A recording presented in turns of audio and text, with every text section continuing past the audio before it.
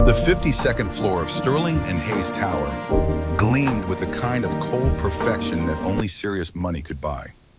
Daniel Cross stood before the mahogany conference table, his calloused hands steady as he held the marriage contract worth $5 million. The Manhattan skyline stretched behind floor-to-ceiling windows, utterly indifferent to the drama unfolding in this room, where fortunes rose and fell with the stroke of a pen. Across from him, Victoria Sterling crossed her arms, her designer heels clicking against marble as she shifted with visible impatience. The sound echoed in the silence like a countdown timer nobody could see, but everyone could feel. "Sign it." Her voice cut through the tension like a blade finding bone. "For someone like you, this is more than a lifetime's worth." Behind Daniel, 3-year-old Owen tugged at his sleeve, small fingers gripping the worn fabric of his father's jacket. The boy didn't understand the words, but he understood tone perfectly. He understood they were being looked down upon, measured and found wanting by people in expensive suits who smelled like perfume that cost more than his father's monthly rent. Daniel signed without hesitation. His signature flowed across the page in confident strokes, the muscle memory of a man who'd once signed documents that moved millions through corporate channels. Victoria allowed herself a thin smile of victory, already calculating how this acquisition would play with the board, with the Thornton executives, with her mother's impossible expectations. But what Daniel did next made every executive in that room forget how to breathe. He set the pen down gently, then reached into his jacket and produced a single photograph, edges worn soft from years of handling. He placed it beside the contract, sliding it toward Victoria with deliberate care. The image showed a woman with Owen's same honey-colored hair, laughing in a hospital bed while holding a newborn wrapped in pink blankets that had faded to something closer to gray. The woman's face was pale but radiant, filled with joy that transcended the monitors and IV lines surrounding her like mechanical vines. Her name was Emma. Daniel's voice carried despite its softness, filling the space with quiet authority that made Victoria's expensive consultants lean forward unconsciously. "She died 3 years ago when our son was 3 months old. Complications from the accident. Drunk driver ran a red light, T-boned her car on the passenger side. Internal bleeding they couldn't stop. Infections that wouldn't heal no matter what the doctors tried. Her organs failed one by one while I held her hand and promised our son would be okay." He paused, letting the words settle like stones in still water. Owen climbed into his father's lap, small body seeking shelter from the tension crackling through the air like static electricity before a storm. "I'm not signing because I'm desperate, Miss Sterling." Daniel met her eyes with unflinching directness. "I'm signing because my son has tetralogy of Fallot, 4 holes in his heart that no child should have to live with. Without surgery before his 4th birthday, his heart will fail. The operation costs $4.8 million, and I will do whatever it takes to keep him alive." He stood, Owen secure in his arms, the boy's face buried against his father's neck. At the door, Daniel looked back at Victoria, whose perfectly applied makeup couldn't quite hide the pallor beneath. "You bought yourself a husband, Miss Sterling. I hope you got what you paid for." The door closed behind them with a soft click that somehow felt louder than any slam. Victoria stood frozen, staring at the photograph Daniel had left behind. Emma's smile seemed to follow her as she sank into her chair, hands trembling in a way they hadn't since she was 16 and her mother had told her the conditions of her inheritance. She pressed her palms flat against the mahogany surface, willing the shaking to stop, but it persisted like an earthquake too small to measure, but impossible to ignore. The 47 pages of the agreement reduced Daniel to a prop in Victoria's carefully orchestrated life. He was to appear at company functions as her devoted spouse, gazing at her with appropriate admiration whenever cameras were present. He was to smile for photographers, hold her hand at charity galas, and convince a skeptical board of directors that their CEO had finally found stability in her personal life. The merger with Thornton Industries hinged on traditional values that the Thornton patriarch held dear, and Victoria's reputation as a cold, unmarried workaholic had become a serious liability, threatening everything she'd spent a decade building since taking over from her mother. The Thornton family was old money, conservative in their business partnerships, the kind of people who still believed a handshake meant something and a man's word was his bond. They wanted assurance they were joining forces with someone who understood family legacy, someone who was building something that would last beyond quarterly earnings reports and stock price fluctuations. Victoria had calculated that a husband and ready-made child would solve this problem efficiently, like any business challenge requiring creative solutions and strategic thinking. She had not calculated on Daniel Cross being anything more than a simple transaction to be managed and discarded when no longer useful. 2 weeks after the signing, Victoria called Daniel to her corner office for their first official planning session. She didn't look up from her tablet as he entered, scrolling through upcoming events with the focused intensity of a general planning a military campaign. You'll need a new wardrobe. Her fingers swiped across the screen, pulling up images of suits that cost more than Daniel's entire closet. Something that doesn't scream construction worker or whatever it is you do with your hands. Daniel had been a carpenter for 3 years now, ever since leaving his position at a prestigious financial firm downtown.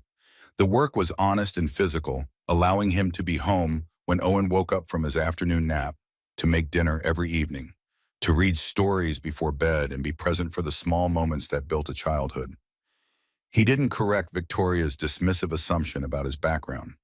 There would be time for that later, or perhaps there wouldn't. It didn't matter. What mattered was Owen. Only Owen. Always Owen. I'll wear what you provide. His voice stayed even, betraying nothing of the calculus running through his mind. But I choose what my son wears. That's not negotiable. Victoria's eyes flickered up from the tablet, surprise flashing across her features before she could suppress it. The steel beneath his quiet words caught her off guard. Most people sitting across from her either stammered apologies or tried desperately to ingratiate themselves, sensing their futures depended on her goodwill and favor. This man did neither.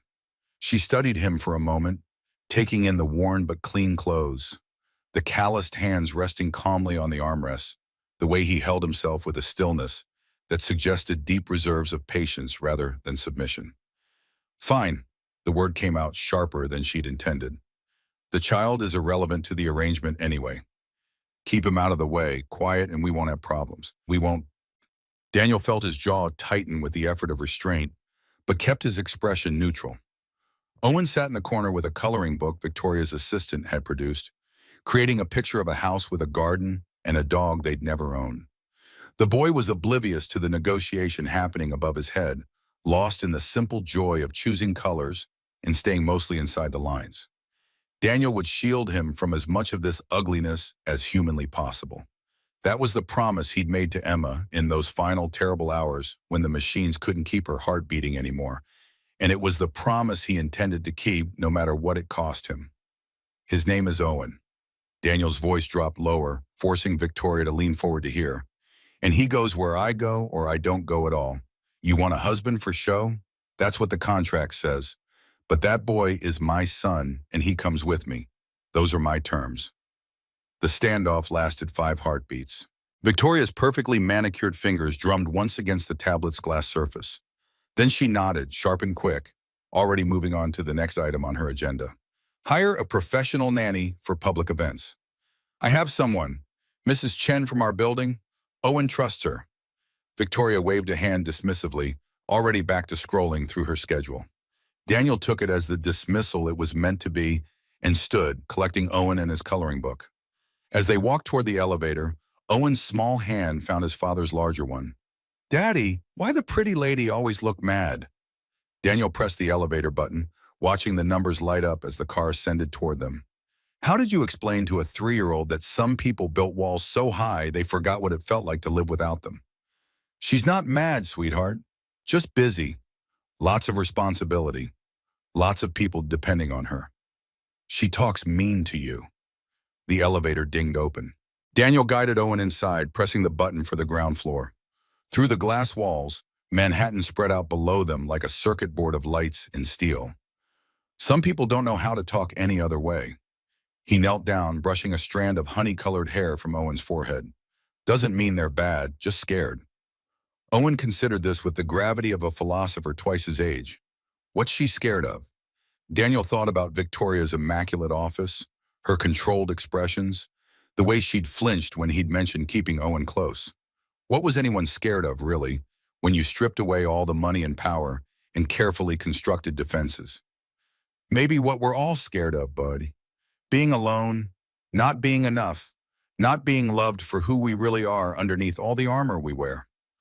The elevator reached the ground floor. Daniel took Owen's hand and they stepped out into the lobby, leaving the tower behind. But Victoria's question followed them all the way home to Brooklyn, bouncing around in Daniel's head like a marble in an empty jar. What was she really afraid of? And why, against all reason and self-preservation, did he want to know?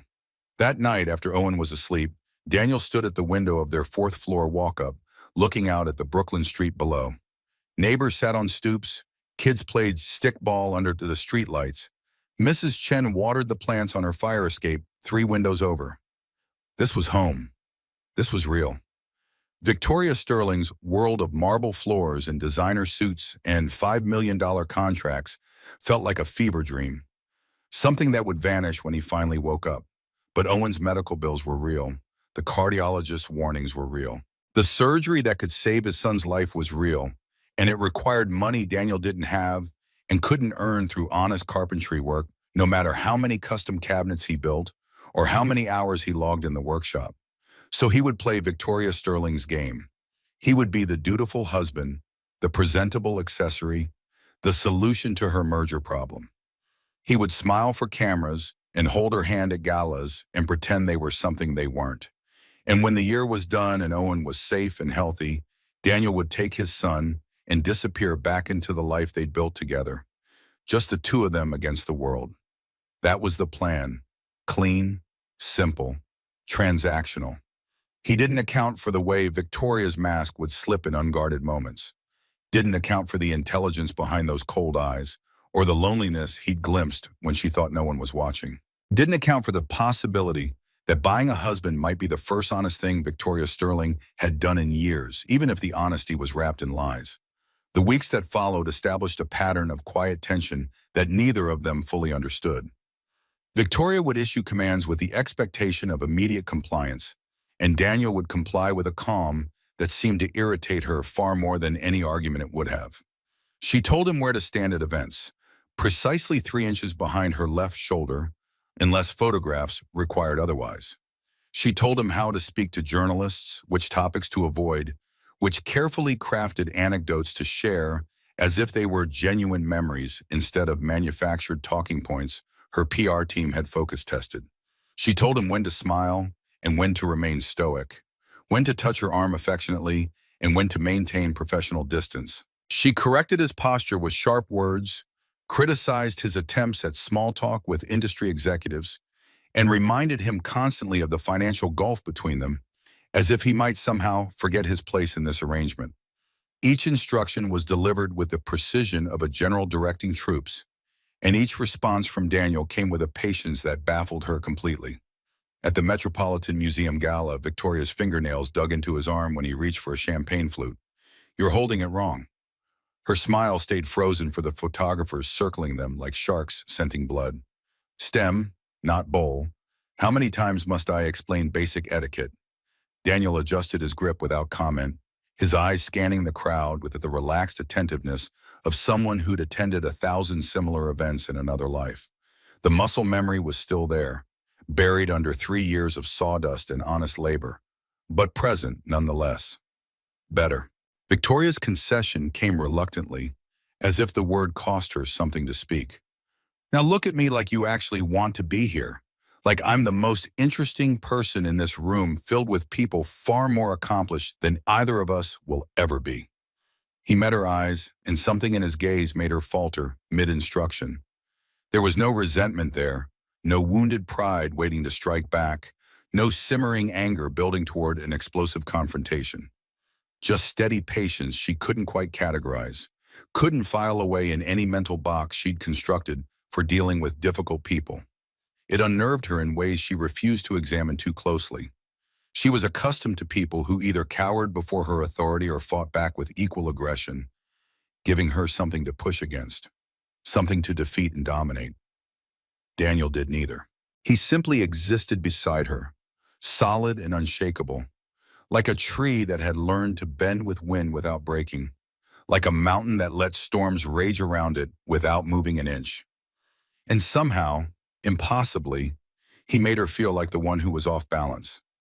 Late at night, long after the events ended and the champagne wore off, Daniel returned to their small apartment in the modest Brooklyn neighborhood Victoria had never visited and probably couldn't locate without GPS assistance. The building was pre-war construction, its creaky stairs announcing every arrival and departure, radiators clanking in winter like percussion instruments played by ghosts. But neighbors looked out for each other here. Mr. Kowalski on the second floor fixed things when they broke. Mrs. Chen watched Owen when Daniel had to work late. The superintendent actually responded when you called about problems instead of letting them fester until they became emergencies. Daniel made dinner for Owen every evening without fail, a sacred ritual that grounded them both. Tonight it was spaghetti with marinara sauce from scratch, garlic bread, and green beans that Owen would inevitably push around his plate, but ultimately eat because his father asked nicely and explained why growing bodies needed vegetables. They sat at the small kitchen table meant for two, but somehow always big enough for their needs. Owen chattered about his day at Mrs. Chen's apartment, about the cartoon he'd watched, about the puzzle he'd almost finished before nap time interrupted his progress. Daniel listened with complete attention, as if nothing else in the world existed beyond this table and this moment in this child who'd lost his mother too young.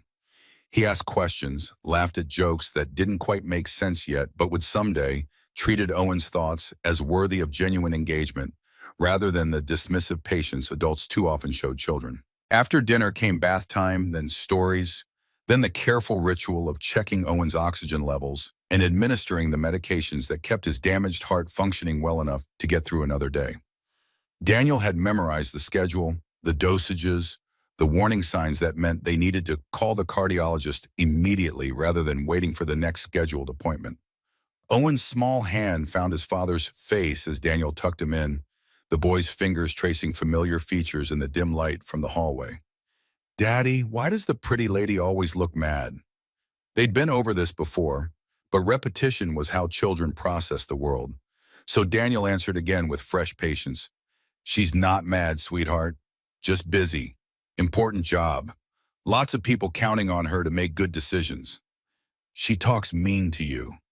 Owen's voice carried the certainty of a 3-year-old who understood more than adults gave him credit for. "Some people don't know how to talk any other way." Daniel smoothed the blanket over his son's small chest, feeling the irregular heartbeat beneath. "Doesn't mean they're bad inside, just scared of showing who they really are." What's she scared of? Daniel thought about Victoria's penthouse that he'd never seen but could imagine. All glass and steel and expensive art that meant nothing to anyone. He thought about the way her hands had trembled when he'd placed Emma's photograph on that mahogany table, the way she'd looked at Owen like he was a puzzle she couldn't solve using any algorithm in her impressive mental arsenal. Maybe she's scared of the same things we are. Being alone in the dark, not mattering to anyone, not being loved just for being herself without all the titles and money and power that usually come with her name. Owen's eyes were already drifting closed, the medication doing its work. "We're not alone, we have each other."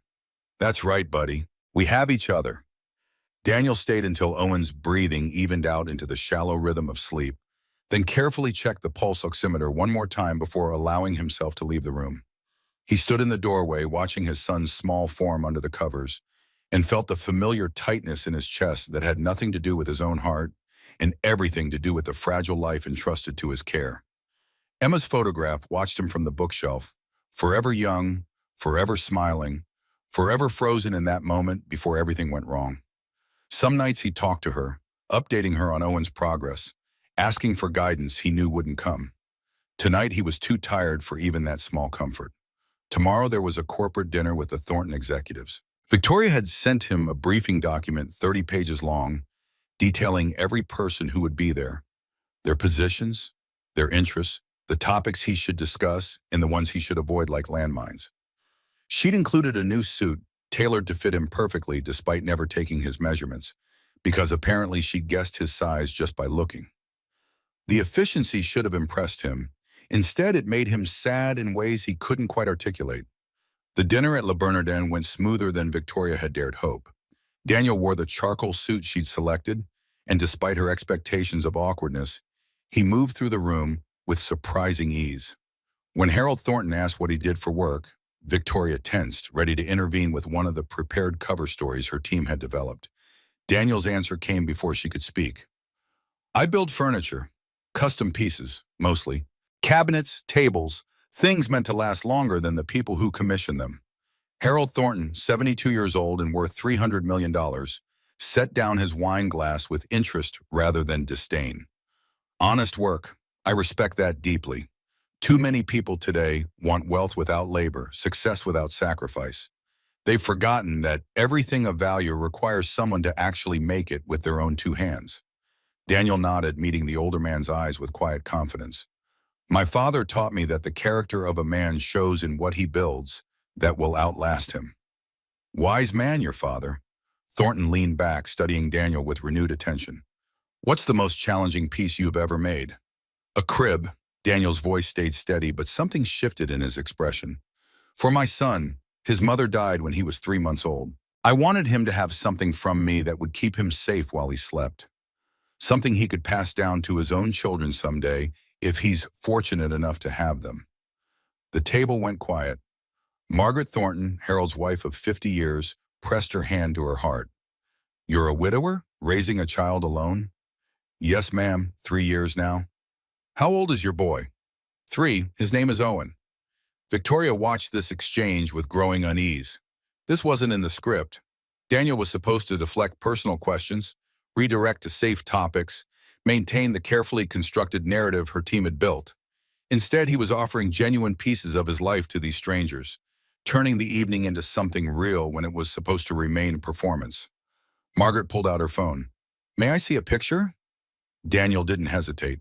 His phone emerged from his pocket, screen already displaying a photo of Owen laughing in a park, honey-colored hair catching sunlight, small hands covered in ice cream. This was last week. He'd just figured out how to pump his legs on the swing by himself. Small victory, but they all count when you're 3. He's beautiful.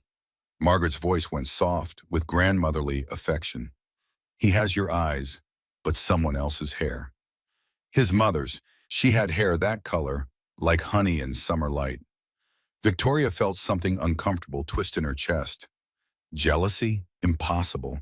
She wasn't jealous of a dead woman, wasn't envious of the obvious love in Daniel's voice when he spoke about his late wife. That would be absurd, beneath her, emotionally immature in ways she'd trained herself out of years ago. Yet the feeling persisted, sharp and unwelcome. The conversation flowed on. Daniel proved remarkably adept at reading the room, knowing when to speak and when to listen, asking thoughtful questions that made the Thorntons light up with pleasure. He discussed woodworking techniques with Harold, who revealed a long-buried interest in carpentry from his youth. He talked about Owen's favorite books with Margaret, who'd been a children's librarian before her marriage. By the time dessert arrived, Victoria realized with dawning surprise that the Thorntons liked Daniel. Actually liked him, not the polite tolerance she'd anticipated, but genuine warmth. Harold was already inviting them to the family estate in Connecticut, and Margaret was planning play dates between Owen and her various grandchildren. The merger was saved. Victoria should have felt triumphant. Instead, she felt strangely hollow, watching Daniel charm people with nothing but honesty, while she'd spent years perfecting calculated artifice. 3 weeks into the arrangement, Victoria's mother arrived unannounced at the Sterling and Hayes offices. Evelyn Sterling didn't make social calls. She made inspections, delivered verdicts, assessed whether her carefully laid plans were unfolding according to design. The Thorntons called me. Evelyn settled into Victoria's chair with the ease of someone who'd occupied it for 30 years before passing it down. They're impressed with your husband. Harold thinks he's the most genuine person you have ever dated, and Margaret wants to adopt him into the family immediately. Victoria remained standing, arms crossed defensively. That's good. It means the strategy is working. Is it strategy? Evelyn's perfectly arched eyebrow rose slightly. Harold mentioned Daniel as a widower, single father, builds furniture with his hands. You didn't mention any of that in your briefing. It wasn't relevant to the arrangement, wasn't it? Evelyn stood, moving to the window overlooking Manhattan. I set you a test, Victoria. Build a family. Show me you understand what I never did. That success without connection is just loneliness in a corner office. I expected you to fake it. Contract for a husband. Manufacture a relationship. Check the boxes while your heart stayed locked behind walls you've spent your entire life constructing. Victoria said nothing. Her mother continued, voice carrying decades of hard-won wisdom.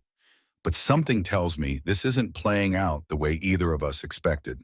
The Thorntons don't rave about people who are performing. They've seen enough corporate theater throwing to recognize authenticity when it appears. What do you want me to say, Mother? Evelyn turned from the window, and for just a moment, her expression softened into something almost resembling maternal concern. I want you to be honest with yourself about what this arrangement really is. About whether you contracted for a husband or found something you didn't know you were looking for. She left without waiting for a response, her heels clicking against marble in a rhythm Victoria had been hearing her entire life. The sound always meant judgment was being passed, assessments were being made, and someone would be found wanting. Victoria sank into her chair, staring at the doorway her mother had just exited through. Honest with herself. What a concept. Honesty required vulnerability, and vulnerability was the one luxury she couldn't afford. Not when the company's future hung in the balance. Not when her inheritance depended on passing her mother's impossible test. Not when a 3-year-old boy with a damaged heart was depending on her to maintain this fiction long enough for his father to save his life. The press conference was Victoria's idea of a soft launch for their public relationship, carefully choreographed to maximize positive coverage while minimizing opportunities for difficult questions. She'd orchestrated every detail with military precision, camera placement to capture her best angles, the exact shade of Daniel's tie matching her accessories, a pre-screened list of journalists allowed to attend, even the temperature of the room adjusted to prevent anyone from appearing to sweat under pressure. Reporters crowded the media room as Victoria introduced Daniel as her husband of 6 months, the lie rolling off her tongue with practiced ease. They'd eloped quietly, she explained, wanting privacy until now. A Caribbean beach wedding, intimate and perfect. The fabricated story was supported by fabricated documentation her legal team had produced with impressive attention to detail. Daniel stood beside her in the navy suit she'd chosen, expression appropriately devoted, playing his role exactly as scripted. He'd studied the briefing materials, memorized the cover story, practiced answering likely questions until the responses sounded natural rather than rehearsed. Owen waited backstage with Mrs. Chen under strict instructions to stay out of sight until called for the planned family photograph that would close the event. The questions began predictably. How did they meet? Through mutual friends at a charity function? What attracted her to him, his genuine nature and devotion to family? What were their plans? Growing together, supporting each other's work, raising Owen in a loving home. All lies, all carefully constructed, all working perfectly. Before the question and answer session could conclude, Victoria reached to adjust Daniel's tie, a small gesture meant to look affectionate for the cameras. The kind of casual touch that spoke of familiarity between spouses, of comfortable intimacy earned through shared mornings and bedtimes, and all the small moments that built a life together. Her fingers were clinical, adjusting his appearance like she was positioning a mannequin for a window display. Daniel caught her wrist gently, so gently the cameras didn't capture the moment. So gently it could have been affection rather than correction. He leaned close, lips near her ear, voice pitched low enough that the microphones wouldn't pick it up. I understand the performance, but not in front of my son. He's watching through that door over there. He sees more than you think, learning lessons about love I never intended to teach him. Victoria's hand stilled as the words registered. She glanced toward the side entrance where Owen's small face pressed against the glass, eyes wide and attentive, missing absolutely nothing. The boy's expression was grave, too serious for a 3-year-old, processing adult dynamics with a perceptiveness that came from losing a parent too young. Something twisted in Victoria's chest, uncomfortable and unfamiliar. Almost like shame, though she'd trained herself out of that emotion years ago when it proved useless in the corporate world. She pulled back, and for the first time in longer than she could remember, she had no cutting remark ready, no sharp response to maintain her armor of superiority. A reporter raised her hand. Can we hear from Mr. Cross? Get the husband's perspective on this whirlwind romance. Victoria tensed, her hand finding Daniel's arm in a grip meant to look supportive, but felt like a warning. Stay on script. Don't improvise.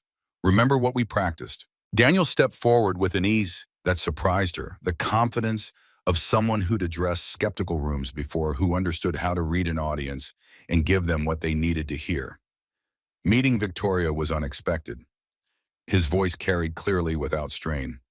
I was drawn to her dedication and fierce intelligence. She doesn't do anything halfway, doesn't accept mediocrity from herself or anyone around her.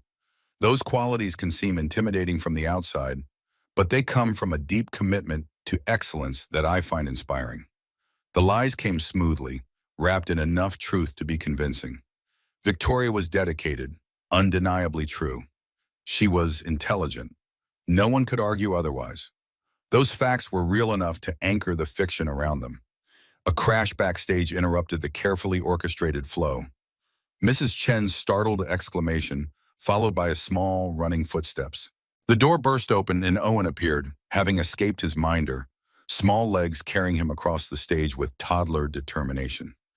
"Daddy! Daddy!" Daniel scooped him up seamlessly, incorporating the interruption into the narrative without missing a beat. Owen settled against his father's shoulder, thumb finding his mouth in the way it did when he felt overwhelmed or scared. The room full of strangers with cameras and microphones was too much, too big, too bright. "This is the real boss of our family." Daniel's voice filled with genuine warmth that no amount of coaching could have produced. "He keeps us both in line, makes sure we remember what actually matters in life." Laughter rippled through the journalists, charmed by the unscripted moment. Owen peeked out from his father's neck, studying the crowd with cautious, three-year-old suspicion. Then his gaze found Victoria, standing apart from them, and his expression shifted. "Pretty," he announced clearly, loud enough for every microphone to catch. A pause while he processed his own thoughts, then added with devastating, three-year-old honesty, "Daddy talks about the pretty lady at night when he thinks I'm sleeping." The room erupted in delighted murmurs. Perfect material, better than any publicist could have scripted. Daniel's face flushed with genuine embarrassment, the kind of authentic reaction that couldn't be faked. Victoria froze, completely unprepared for this deviation from the plan. Did he talk about her when he thought Owen was asleep? Why did that knowledge make her feel something other than professional satisfaction that their arrangement was functioning properly? The press conference concluded in a blur of camera flashes and follow-up questions. Victoria answered automatically, her media training carrying her through while her mind replayed Owen's innocent revelation. "Daddy talks about the pretty lady at night." What did Daniel say in those private moments? Did he complain about her demands and corrections? Did he laugh at her desperate need for control? Did he pity her obvious loneliness? Backstage, Victoria found herself watching Daniel with Owen. The boy had buried his face in his father's shoulder again, overwhelmed by the attention and noise. Daniel swayed slightly, the unconscious motion of a parent soothing a distressed child, humming something too soft for Victoria to hear, but clearly effective. Owen's small body gradually relaxed, tension bleeding out as his father's steady presence reassured him that everything was okay. Mrs. Chen appeared, apologetic and flustered. Daniel waved off her apologies with easy grace, told her these things happen, thanked her for watching Owen so he could do this appearance that neither of them wanted, but both understood was necessary. The kindness in his voice made Victoria's chest ache in ways she didn't have vocabulary to describe. That night, alone in her penthouse that suddenly felt too large and too empty, Victoria searched for footage of the press conference online. The clip had already gone viral. Owen's pretty lady comment was trending across social media, people cooing over the adorable family, the genuine love obvious between father and son, the CEO who'd found her heart. If only they knew the truth. Victoria paused the video on a frame showing Daniel looking at her. Something in his expression caught her attention, held it. His eyes showed, what? Not contempt, not calculation. Something else entirely. Something she couldn't name because she'd never seen it directed at her before. She replayed the moment, studied his face, tried to decode what she was seeing. Her phone buzzed with a text from her assistant. The Thornton deal was proceeding ahead of schedule. Harold had called personally to express his approval of Daniel, his happiness that Victoria had found such a grounded partner. The merger was all but guaranteed now. Victoria should have felt triumphant. Instead, she felt hollow, watching Daniel's face on her screen, trying to understand why a man she was paying to pretend looked at her with something that almost resembled genuine care. She called her head of security. I need a complete background check on Daniel Cross. Everything, not the surface level report we did before the contract. I want to know who he really is, what he's really done, where he came from before the carpentry. Every detail, no matter how small. If Daniel Cross was playing a deeper game, she needed to know. If he was genuinely who he appeared to be, a good father doing whatever necessary to save his son, she needed to understand that too. Because Victoria Sterling hadn't built a successful company by accepting things at face value. She investigated, she verified, she protected herself from threats before they could materialize. And Daniel Cross, with his quiet dignity and his 3-year-old son, and his patience that never cracked no matter how sharply she spoke, was starting to feel like a threat to walls she'd spent 34 years constructing brick by careful brick. The report arrived 1 week later. Victoria sat at her desk at midnight, the office empty except for security personnel floors below. The manila folder was thick, comprehensive, exactly what she'd demanded. She opened it with hands that wanted to tremble but didn't, because Victoria Sterling didn't allow herself to show weakness even when alone. Page 1 confirmed what her previous background check had shown. 3 years as a carpenter in Brooklyn, specializing in custom furniture. Solid reputation for quality work. Single father, widower, no criminal record, no debts beyond medical bills that would bury most people. Page 2 was where things got interesting. Before the carpentry came a gap, 7 years that her initial background check had missed because the databases didn't connect properly, because Daniel had changed employers and cities, because the records existed but required deep digging to assemble into coherent narrative. Page 3 made her breath catch. Hartwell and Partners, senior financial analyst, 6 years of employment, rapid advancement, consistently excellent performance reviews, youngest person ever on track for partner at age 32. Page 4 detailed a specific deal, the Hartwell-Meridian merger. Daniel Cross had been the lead analyst, the architect of a strategy that saved both companies from bankruptcy, preserved 14,000 jobs, created value that financial journals still cited as textbook execution. His work was taught at Wharton, at Harvard Business School, at every MBA program worth its tuition costs. Victoria kept reading. The story unfolded across 20 pages of documentation, each detail adding depth to a picture she'd never imagined. Daniel hadn't failed at Hartwell. He'd walked away at the peak of success because his wife got sick and needed him more than the partnership track needed another ambitious analyst. He'd taken leave when Emma was in the hospital, extended it when she came home with medical equipment that turned their apartment into a makeshift ICU, extended it again when she died and Owen needed a parent who was actually present rather than chasing deals across time zones. By the time Daniel had surfaced from grief, his clients had been reassigned, his accounts distributed, his place in the firm filled by someone who'd been there when decisions needed making. No scandal, no failure, just a man who chose his family over his career and paid the professional price without complaint or bitterness. Victoria closed the folder, staring at the Manhattan skyline outside her windows. She'd called Daniel a construction worker with dismissive certainty. She'd treated him as if he were intellectually beneath her, as if his current circumstances defined his capabilities and his worth. She'd been so catastrophically wrong. More than that, she realized with creeping horror, she'd revealed exactly who she was in those moments of casual cruelty. She'd shown Daniel Cross that she was the kind of person who measured human value by current economic status, who looked at a carpenter and saw only someone less than, rather than someone who'd sacrificed everything for love. He knew what she was. He'd known from the first conversation, the first cutting remark, the first dismissive gesture, and he'd accepted her money anyway, signing the contract that made him complicit in her deception, because his son's life was worth enduring her contempt for 12 months. Victoria had purchased many things in her 34 years. This was the first time she'd bought someone's dignity, and the weight of that transaction settled on her shoulders like a physical burden she couldn't shrug off no matter how she tried.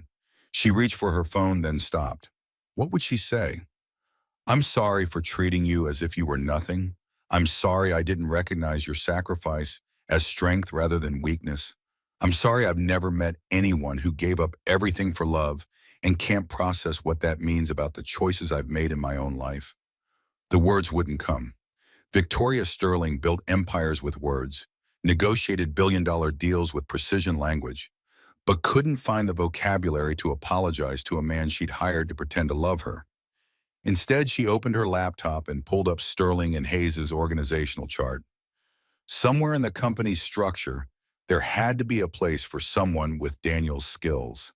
Not charity. He'd reject that instantly and rightfully. But genuine work that matched his capabilities, that gave him opportunities beyond sawdust and stubborn wood grain. She worked through the night, building a proposal that would survive his inevitable suspicion, that would feel like recognition rather than pity. When dawn broke over Manhattan, Victoria had a plan. Whether she had the courage to present it was another question entirely. But Daniel Cross deserved better than being treated as a prop in someone else's performance. And maybe, just maybe, if Victoria could acknowledge that truth, she could begin building something real from the transactional foundation they'd started with. Outside her windows, the city woke up. Somewhere in Brooklyn, Daniel was making breakfast for Owen, helping a 3-year-old brush his teeth, checking medication dosages, being present for all the small moments that built a childhood. He was doing honest work that mattered more than quarterly earnings or stock prices or mergers with companies that had forgotten what family actually meant. And Victoria Sterling, sitting alone in her corner office with a background report that had shattered her comfortable assumptions, finally understood what her mother had been trying to teach her all along. The board meeting convened on a Thursday morning when winter rain hammered against the windows of Sterling and Hayes's executive conference room. Victoria had prepared meticulously for this quarterly progress report, her presentation polished to razor sharpness, every potential question anticipated and countered before it could be asked. The Thornton merger was proceeding ahead of schedule, and she intended to cement her position with a display of competence that would silence even her harshest critics. Richard Blackwood sat 3 seats down from the head of the table, his silver hair impeccably groomed, his Brioni suit speaking of old money and older attitudes. He'd opposed Victoria's leadership from the moment Evelyn Sterling had announced her daughter as successor, believing with bone-deep certainty that women lacked the necessary ruthlessness for corporate warfare. That Victoria had proven more ruthless than most men only made him hate her more intensely. Daniel occupied a chair near the back. Owen settled on his lap with a coloring book Mrs. Chen had provided. The boy was supposed to wait in the adjoining lounge. But he'd been clingy this morning, his lips showing the faint blue tinge that meant his heart was struggling more than usual. Daniel had made the calculation in seconds. Bring Owen where he could monitor him, or risk a medical crisis while separated. The choice wasn't really a choice at all. Victoria delivered her opening remarks with the precision of a surgeon making an incision. Revenue projections exceeded targets by 7%.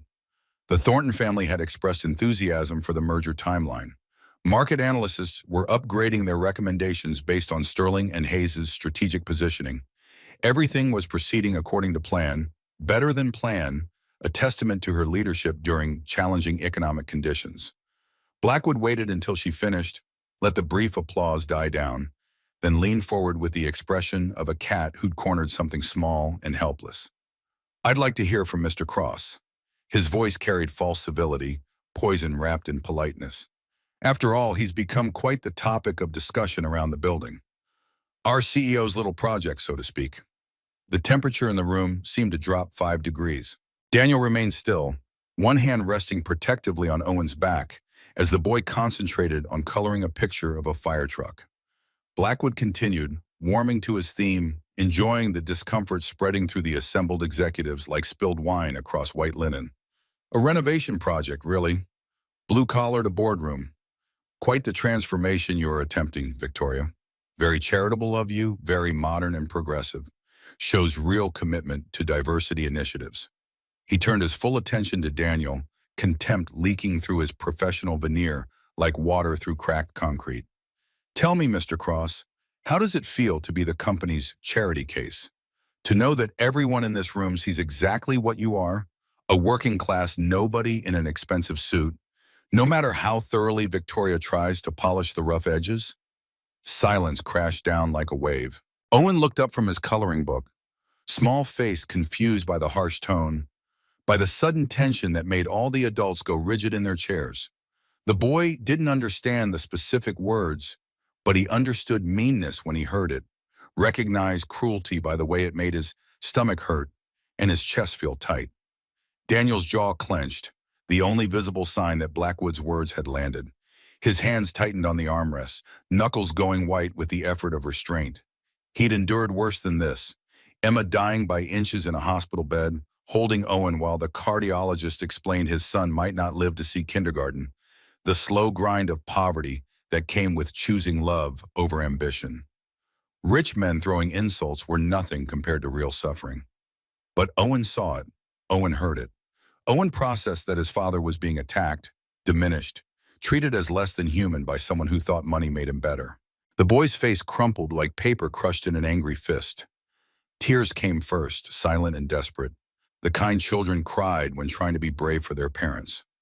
Owen pressed small hands over his ears as if he could block out words already finding their target, already burrowing deep into a 3-year-old's developing understanding of how the world worked and where his father fit in its cruel hierarchies. Then came the sons, small and hiccuping, devastating in their helplessness. The sound of a child whose world had just become less safe. "Daddy! Daddy!" Daniel was moving before anyone else could react, instinct and love overriding every other consideration. 3 strides carried him to Owen, and he gathered the boy into his arms with fierce protectiveness. Owen buried his face in his father's shoulder, small body shaking with sobs that came from somewhere deeper than temporary upset. "Shh, buddy. It's okay.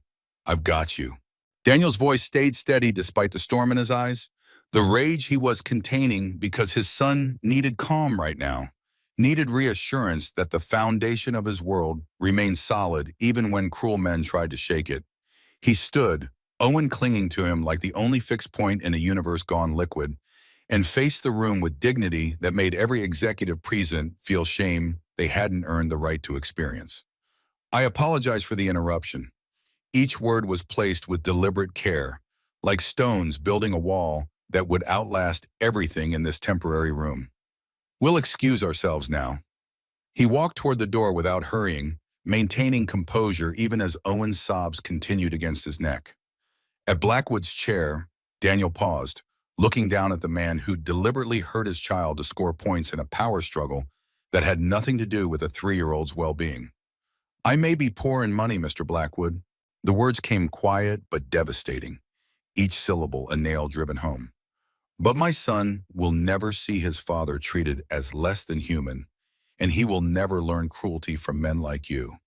That's something your wealth can't buy, your connections can't provide, and your position can't grant you access to." The door clicked shut behind them, somehow louder than any slam, somehow more final than any dramatic exit. The silence they left behind felt thick enough to choke on, heavy with collective guilt and secondhand shame.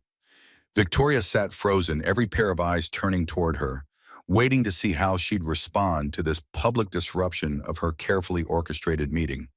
She should smooth things over, redirect to the agenda, demonstrate control over situations that threatened to spiral into chaos.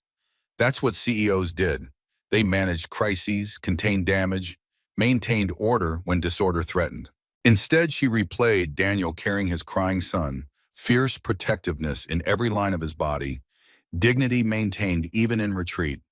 She'd brought him into this world of sharks and watched them draw blood from an innocent child who'd done nothing except exist in a space where he wasn't wanted. "We're done for today."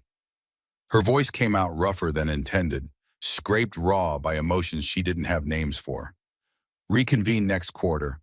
She gathered her presentation materials with hands that wanted to shake but didn't, walked to her office on legs that felt disconnected from conscious control, and locked the door behind her. The Manhattan skyline stretched outside her windows, indifferent to human suffering, uncaring about the small tragedies that played out in conference rooms, where money and power crushed anything softer than themselves. Victoria sank into her chair and let her head fall into her hands. The image of Owen's face crumpling, of his small hands pressed over his ears, of his father's quiet fury contained because a child needed comfort more than his father needed revenge. It played on repeat behind her closed eyes, like footage she couldn't stop watching. What had she become? When had she turned into someone who would subject a 3-year-old to Blackwood's cruelty just to maintain a fiction that was eating her alive from the inside?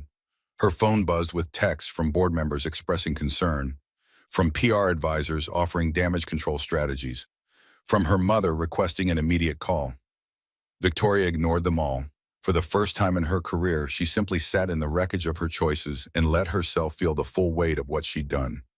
3 days passed before Victoria gathered enough courage to visit Daniel's neighborhood. 3 days of sleepless nights and distracted meetings in an unfamiliar feeling that eventually crystallized into something she could identify. Guilt, sharp and persistent, refusing to be rationalized away or compartmentalized into boxes where uncomfortable emotions usually went to die. She had his address from the contract paperwork, coordinates she'd noted with dismissive certainty that she'd never need to visit his world, never need to see how normal people lived when they weren't performing for cameras or board members. But standing on a Brooklyn sidewalk as evening light faded to purple dusk, looking up at the pre-war building where laundry hung from fire escapes and children's bikes cluttered the entryway, Victoria felt more out of place than she'd ever felt anywhere. The neighborhood thrummed with life that had nothing to do with quarterly earnings or market positioning. Corner bodegas advertised lottery tickets and cheap beer. Families gathered on stoops, speaking Spanish and Cantonese, and languages Victoria couldn't identify. A basketball bounced somewhere nearby, accompanied by trash talk and laughter. This was community, the kind built on proximity and shared struggle, rather than strategic networking and mutual benefit calculations. Victoria climbed 4 flights of stairs that announced her presence with creaks and groans, each step requiring more determination than the last. Outside Daniel's door, she stood for a full minute rehearsing words that still felt inadequate, preparing apologies that couldn't undo the damage Blackwood had inflicted with her implicit permission. Daniel answered with Owen balanced on his hip, clearly in the middle of making dinner, based on the tomato sauce staining his apron and the garlic smell wafting from the apartment behind him. He looked surprised to see her, then guarded, then simply tired. The bone-deep exhaustion of someone who'd spent 3 days explaining to a 3-year-old why some people were mean and whether his daddy was actually less important than other daddies. "Ms. Sterling, is there a work emergency that couldn't wait until business hours?" "I came to apologize." Victoria forced the words out before pride could reassert itself. "For what Blackwood said, for not stopping him sooner, for putting you and Owen in that position where he could hurt you both, because I needed to maintain appearances for people who don't deserve the effort." Daniel studied her for a long moment, weighing something she couldn't see, measuring sincerity against self-interest and calculations he'd probably been running since the contract signing. Then he stepped aside, opening the door wider. "Would you like to come in?" The apartment was small by any objective measure, maybe 700 square feet total, but warm in ways Victoria's penthouse never achieved despite architectural awards and interior designer credentials. Furniture didn't match but somehow worked together. A couch from one era, a coffee table from another, assembled over time rather than purchased in a single expensive shopping trip. Owen's medical equipment occupied one corner. Like permanent house guests, nobody could ask to leave. Children's drawings covered the refrigerator in explosions of crayon color and questionable anatomy.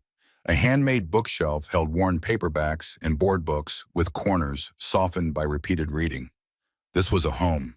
Everything Victoria's penthouse wasn't, everything she'd convinced herself she didn't need because needing meant weakness, and weakness meant vulnerability, and vulnerability meant pain.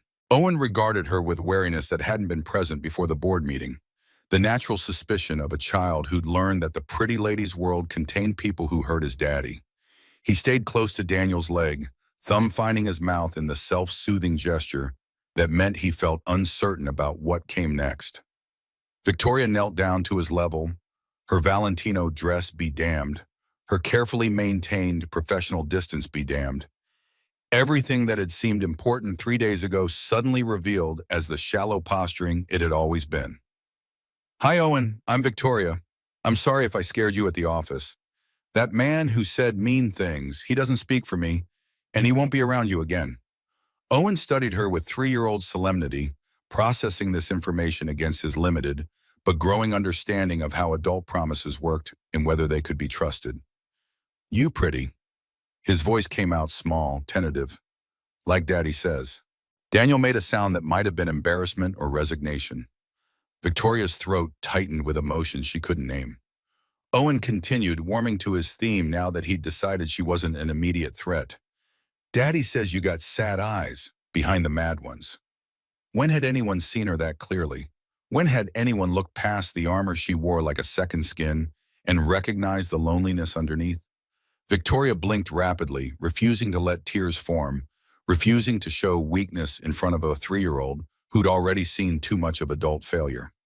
Maybe your daddy sees things other people miss. Daniel cleared his throat. Would you like to stay for dinner? It's just spaghetti, nothing fancy or complicated, but there's plenty.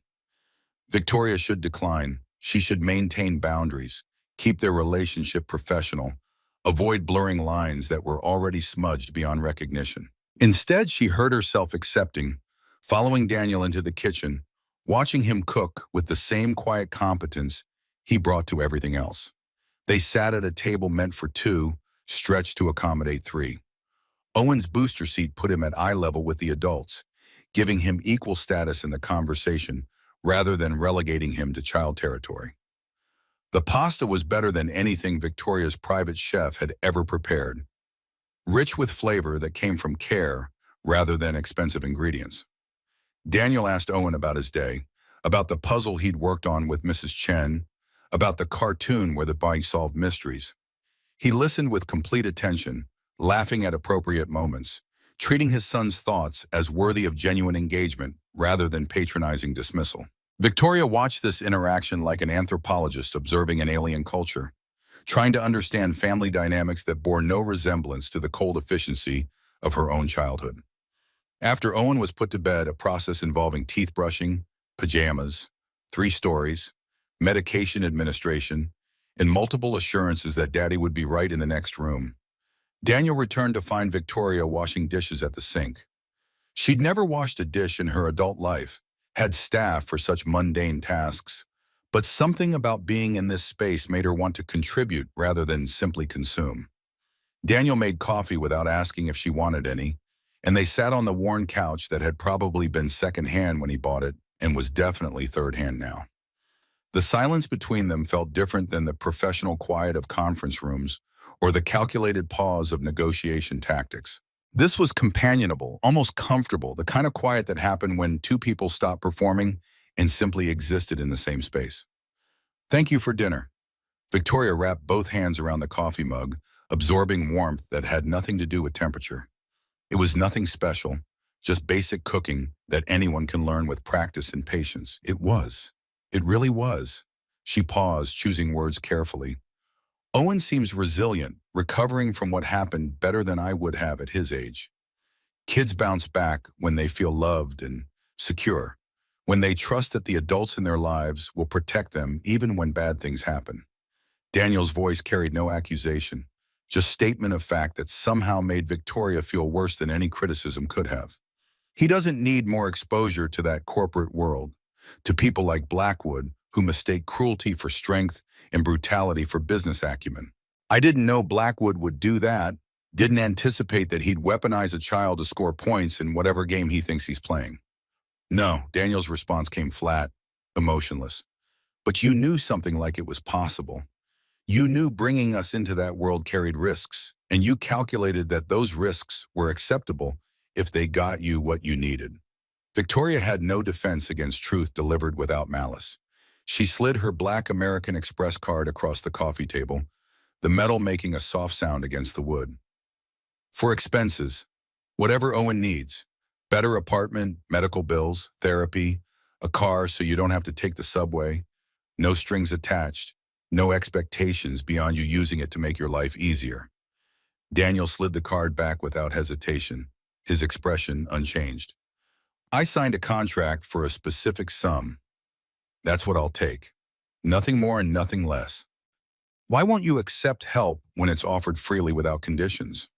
His smile was tired but kind, the expression of someone explaining basic truths to someone who'd never learned them.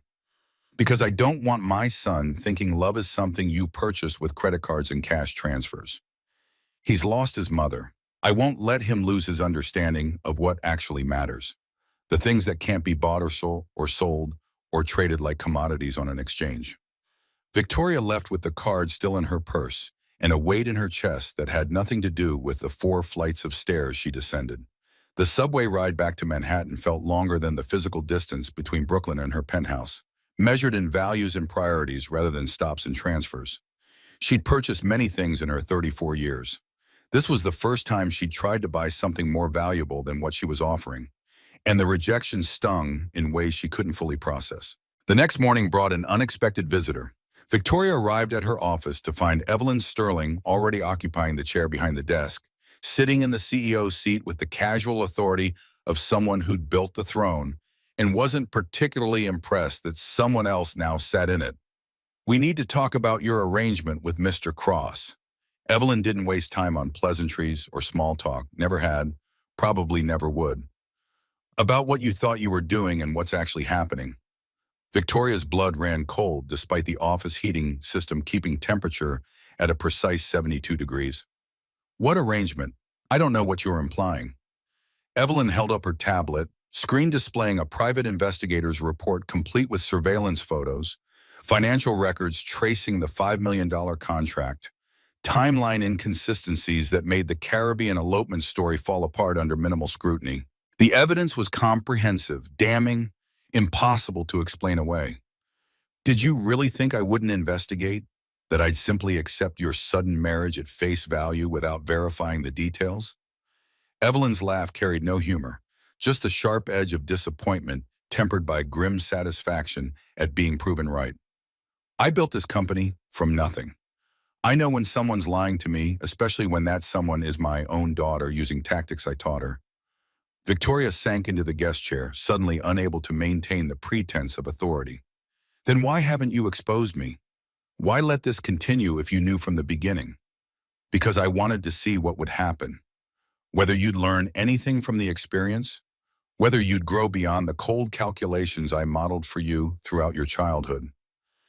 Evelyn leaned forward, and for the first time, Victoria saw something in her mother's expression that might have been regret. "When I told you to build a family, I didn't mean contract for one like you were acquiring a subsidiary. I meant open yourself to vulnerability, to messiness, to the risk of being hurt by people you allow close enough to matter. The company needs the Thornton merger. You set that requirement knowing how precarious. The company needs a CEO who understands that human beings are not assets to be managed or resources to be optimized." Evelyn's interruption carried decades of hard-won wisdom, purchased at prices Victoria was only beginning to calculate. "Your father and I didn't build Sterling and Hayes just to make money. We built it to provide good jobs, to support families, to create value that extended beyond shareholder returns. Somewhere in your climb to the top, you forgot that lesson." Victoria found her voice, though it came out smaller than she'd intended. "So this was a test. The family requirement, the merger contingency, everything was designed to see if I'd take the shortcut. And you did exactly what I expected.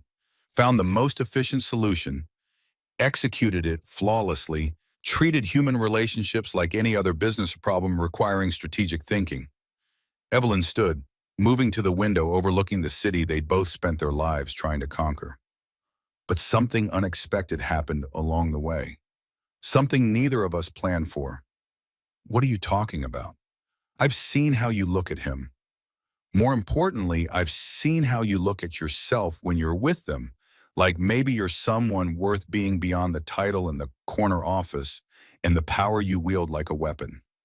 Victoria wanted to deny it, to dismiss her mother's observation as wishful thinking from a woman projecting her own regrets onto her daughter's life. But the words wouldn't come, caught somewhere between her brain and her mouth by the uncomfortable truth that Evelyn had seen what Victoria had been trying desperately not to acknowledge. "I'm not going to expose you." Evelyn turned from the window and her expression softened into something that might have been maternal concern if Victoria had learned to recognize such things. "Not yet, but you have until the annual shareholder meeting in 2 months. Either show me you've built something real, or I'll sign the company over to the board and you'll get your settlement check and the lifetime knowledge that you failed the only test that actually mattered. After her mother left, Victoria sat alone in her office, paralyzed by the implications of everything she'd just learned. Evelyn had known from the beginning, had watched Victoria contract for a husband the way she'd contract for consulting services, had observed the calculated efficiency of the whole arrangement, and had waited to see it if her daughter would stumble into something genuine despite her best efforts to remain emotionally detached. When had Daniel and Owen stopped being a transaction? When had Victoria started thinking about them during board meetings? Started checking her phone for texts that never came because they'd agreed to minimal contact? Started feeling hollow when she returned to her penthouse after events where Daniel played his role perfectly and then disappeared back to Brooklyn? When had she started falling for a man she'd hired to pretend to love her? 2 floors down, Richard Blackwood sat in his office reviewing the private investigator's findings with satisfaction that bordered on glee. The manila envelope contained everything needed to destroy Victoria Sterling. Phone records proving no contact before the contract signing. Flight manifests demonstrating the Caribbean elopement never happened. Video footage from the tower security cameras showing the actual first meeting where money and terms were explicitly discussed. The PI sat across from him, professional and detached, awaiting instructions on how to deploy the ammunition they'd gathered. This is enough to bring her down, get the board to remove her, open investigations that will occupy her legal team for years. Question is what you want to do with it and when you want to strike. Blackwood smiled, the expression of a man who'd waited patiently for his opportunity and now saw it approaching like a train he'd carefully scheduled.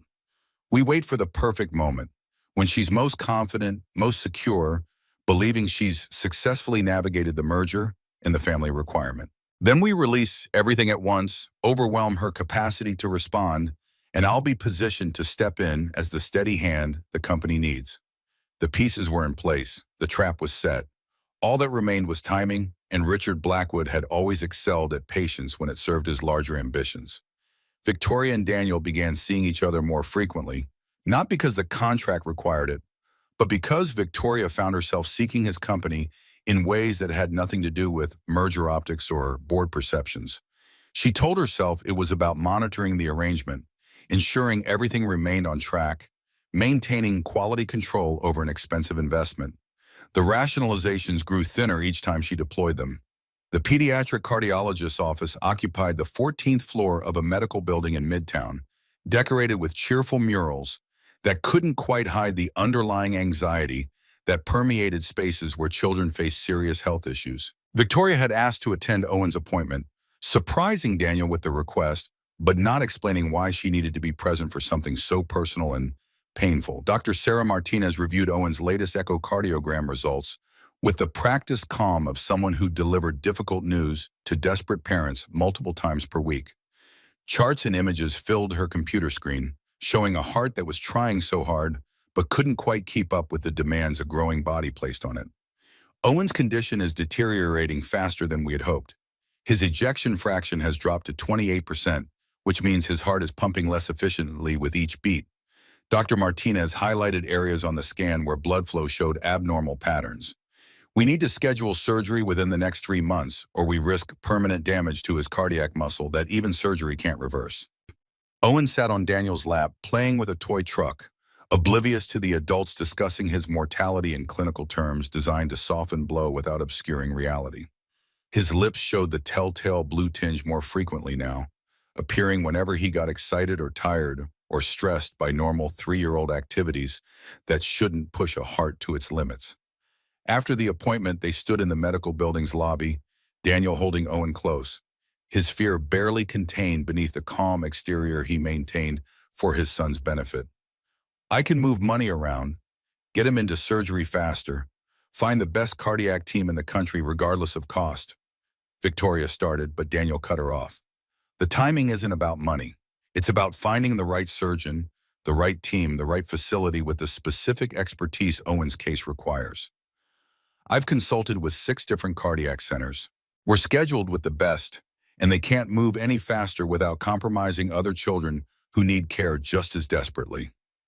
Victoria saw his hands shaking despite his steady voice, saw the terror he'd been living with for 3 years crystallized into a 3-month deadline that felt simultaneously too soon and not soon enough. "You're terrified." She said it quietly, statement rather than question. "Every single day, every time I check on him at night and watch his chest rise and fall, every time his lips turn blue, every time he gets winded from climbing stairs, I'm terrified that I'll lose him the way I lost Emma, that Owen will be taken from me, and I'll be completely alone with only regrets and photographs and memories that fade a little more each year." Victoria took his hand without thinking about it, without calculating the gesture or weighing its implications.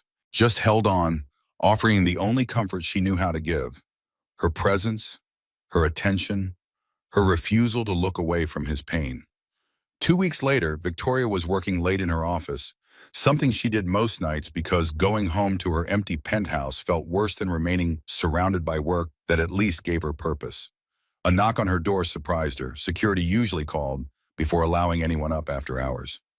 Daniel stood in the hallway, Owen asleep in a stroller beside him, wrapped in a blanket that had clearly seen better days but smelled like home and safety.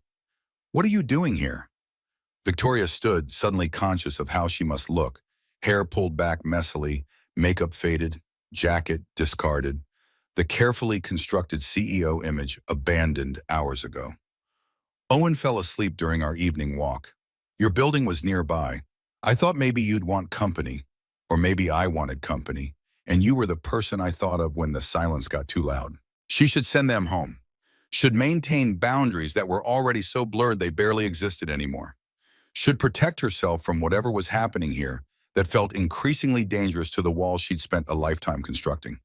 Instead, she said, "Come in," watched Daniel wheel the stroller carefully into her office, and felt something in her chest unclench that had been tight for so long she'd stopped noticing the constriction. They talked for hours while Owen slept peacefully, his presence somehow making the conversation feel safer, like the child's innocence created a bubble where honesty couldn't be weaponized.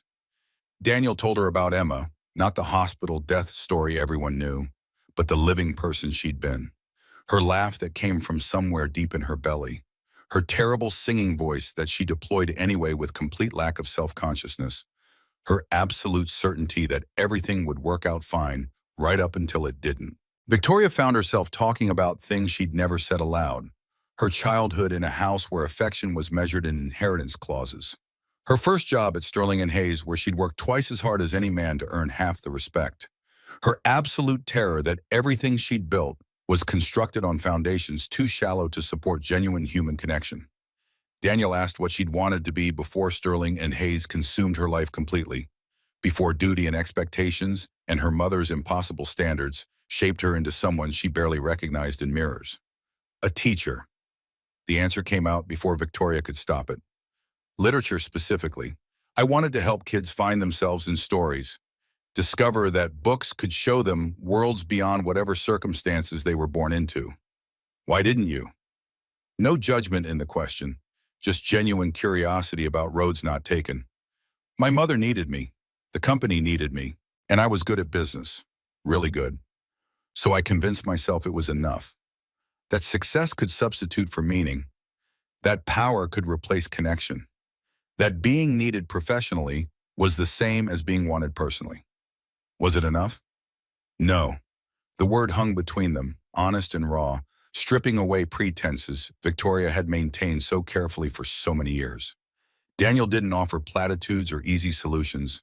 He just nodded, understanding etched in his expression, and somehow that acceptance meant more than any advice could have. On Sunday morning, Victoria showed up at Daniel's apartment with bagels and coffee, something she'd never done before. Something that had required research to determine what kind of bagels and how much coffee and whether showing up unannounced was acceptable or creepy. The Brooklyn Bagel Shop had looked at her designer coat and pearl earrings with amused tolerance, taking her order while probably wondering what someone like her was doing in a neighborhood like this. Owen answered the door with Daniel, and his face lit up with delight that Victoria felt somewhere in the region of her heart. "Victoria, you came!" He launched himself at her legs, hugging with the unself-conscious enthusiasm of a 3-year-old who'd decided she was safe now. who'd moved her from the category of stranger to the category of family without requiring proof or guarantees or contractual obligations. They ate bagels at the small kitchen table, and Daniel taught Victoria to make his allegedly famous pancakes that were actually terrible but somehow perfect because they were made with hands that cared rather than with technique that didn't. Owen helped by making an enormous mess with flour, getting it in his hair and on his face, and all over the kitchen floor, laughing with pure joy at the chaos they were creating together. All three of them ended up covered in batter, laughing harder than Victoria could remember laughing in years, possibly ever. This was what she'd been missing. Not perfection, but presence. Not control, but connection. Not transactions carefully executed, but relationships messily built through pancake disasters and flour fights and 3-year-olds who loved without conditions. The manila envelope appeared on Victoria's desk on a Tuesday morning in the 5th month of their arrangement.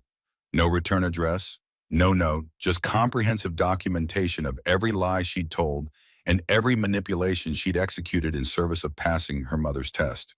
Phone records showing the truth of when they'd first met, surveillance footage from the tower lobby capturing contract negotiations, financial transfers that made the transaction explicit and undeniable. A typed message accompanied the evidence, unsigned but clear in its implications. Someone has been investigating. This will be released at the shareholder meeting in 3 weeks unless you resign beforehand. You have time to step down gracefully or be destroyed publicly. Choose. Victoria's hands shook as she spread the materials across her desk, seeing her carefully constructed deception laid bare in black and white documentation that would survive any attempt at denial or spin. The Thornton merger would collapse immediately. Her position as CEO would become untenable. Everything she'd worked for would unravel in a matter of days. She called Daniel, her voice raw with panic she couldn't quite suppress. "We need to talk. Now. Everything is falling apart, and I need you to understand what's happening before it becomes public." He arrived within an hour, having left Owen with Mrs. Chen, his expression wary but concerned. Victoria showed him the envelope contents, watched his face as he processed the implications. "This is everything. The merger, my position, the company itself, everything I've worked toward my entire adult life, everything my mother built and entrusted to me." She paced behind her desk, energy desperate and frantic. "We need damage control, a unified front. We convince them the evidence is manipulated, that someone with a vendetta is trying to destroy us through fabricated documentation." "No." The single word stopped her mid-stride. "What do you mean, no? This is survival, Daniel. This is everything. I won't lie anymore. Not to protect you, not to protect the company, not for any amount of money." His voice stayed level but carried steel underneath. "Not unless you tell me the truth first. The real truth you have been avoiding since the day we signed that contract." "What truth?" "You know everything, the contract, the terms, the timeline, the money, everything is documented in those papers you're looking at." "Not that truth." He stood facing her across the desk that suddenly felt like a barrier they'd been building together for months. "The truth about why this matters so much to you. The real reason behind everything, not the merger story or the board requirements. Why proving you can have a family matters more than anything else in your life, including your own happiness." Victoria felt walls she'd constructed over 34 years begin to crack under pressure she'd never anticipated. She could dismiss him now, terminate the contract, find another way forward as she always had. But something in Daniel's steady gaze held her in place, demanding honesty she wasn't sure she knew how to give anymore. The story came out in fragments, pieces of a mirror she'd shattered long ago and never reassembled. Evelyn Sterling had built the company from nothing through ruthless determination, starting as a secretary and clawing her way up through talent and work ethic and willingness to outwork anyone who underestimated her. But she'd also raised Victoria with zero warmth. No affection beyond relentless expectations of excellence. Constant reminders that anything less than perfect was failure. She told me at 16 that I'd inherit everything, but only if I proved I understood what she never did. That success without connection is just isolation with expensive furniture. That power without love is just loneliness with a corner office in a view that doesn't fill the emptiness inside. Victoria's voice went hollow, distant, pulling words from places she usually kept sealed. She wanted me to build a family, not just a company, prove I was more human than she managed to be, more capable of vulnerability than the woman who'd mastered everything except genuine relationships. Daniel listened without judgment, without interruption, giving her space to finally speak truths she'd been choking on for years. And if I fail? Victoria's laugh came out bitter. She gives everything to the board. The company gets restructured, sold piece by piece, and I get a settlement check in lifetime knowledge that I failed the only test she ever set that actually measured what kind of person I'd become, rather than what kind of executive I could be. So this marriage, me and Owen, we're all about passing your mother's test and securing your inheritance. Yes, the admission felt like confession, too long withheld. At first, that's all it was. You were a means to an end, a solution to an impossible problem. Another transaction like every other transaction that makes up my entire carefully calculated life. She met his eyes without the calculations that usually guided her, without the strategic thinking that colored every interaction. But then you refused to be diminished when I tried to make you small. You kept your dignity when I did everything possible to take it away. You showed up as completely yourself even when I made it clear that yourself wasn't good enough for the world I operate in. Her voice dropped to barely above whisper, and I don't know what to do with that. I don't know how to handle someone I can't control or manipulate or manage like every other variable in my life.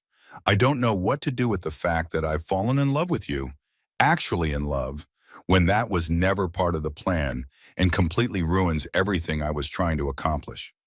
Silence filled the office like smoke after an explosion. Daniel stood perfectly still, processing information that rearranged everything he thought he understood about their arrangement and her motivations. I need time to think. He moved toward the door, each step deliberate, measured. About what you just said. About whether you mean it or whether this is another strategy designed to keep me complicit in your deception. Daniel, wait. No, you've had 5 months to figure out what this is. I'm taking a few days to decide whether I believe you're capable of the kind of honesty that love requires, or whether you're just scared of losing your company and willing to say anything to keep your acquisition intact. The door closed behind him.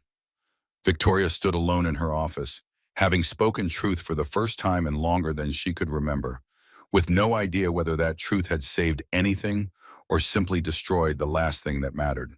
Daniel walked Brooklyn streets for hours after leaving Victoria's tower, Owen safely with Mrs. Chen, his thoughts circling the same questions like water finding a drain.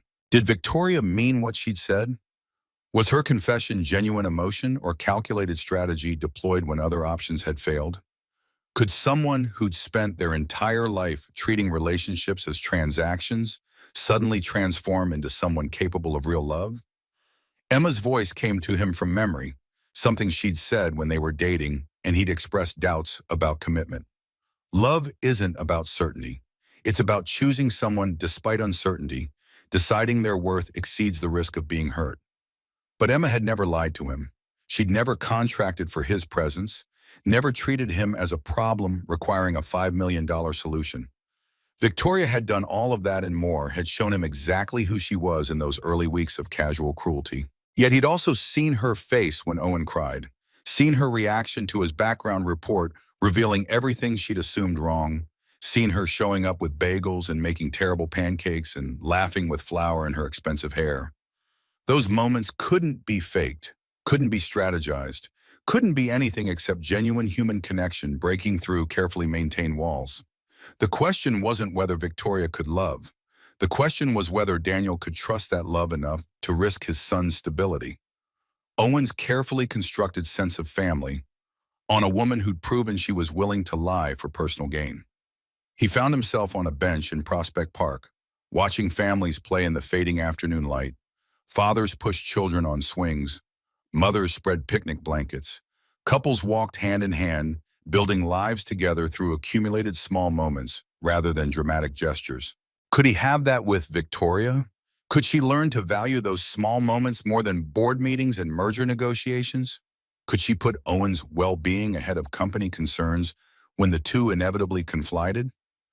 The only way to find out was to strip away every transactional element, give up the money that made their relationship conditional, see if she wanted him when there was nothing left except two people trying to figure out if love could survive its soil that had been salted by deception from the start. Daniel pulled out his phone, sent a single text. I know what needs to happen.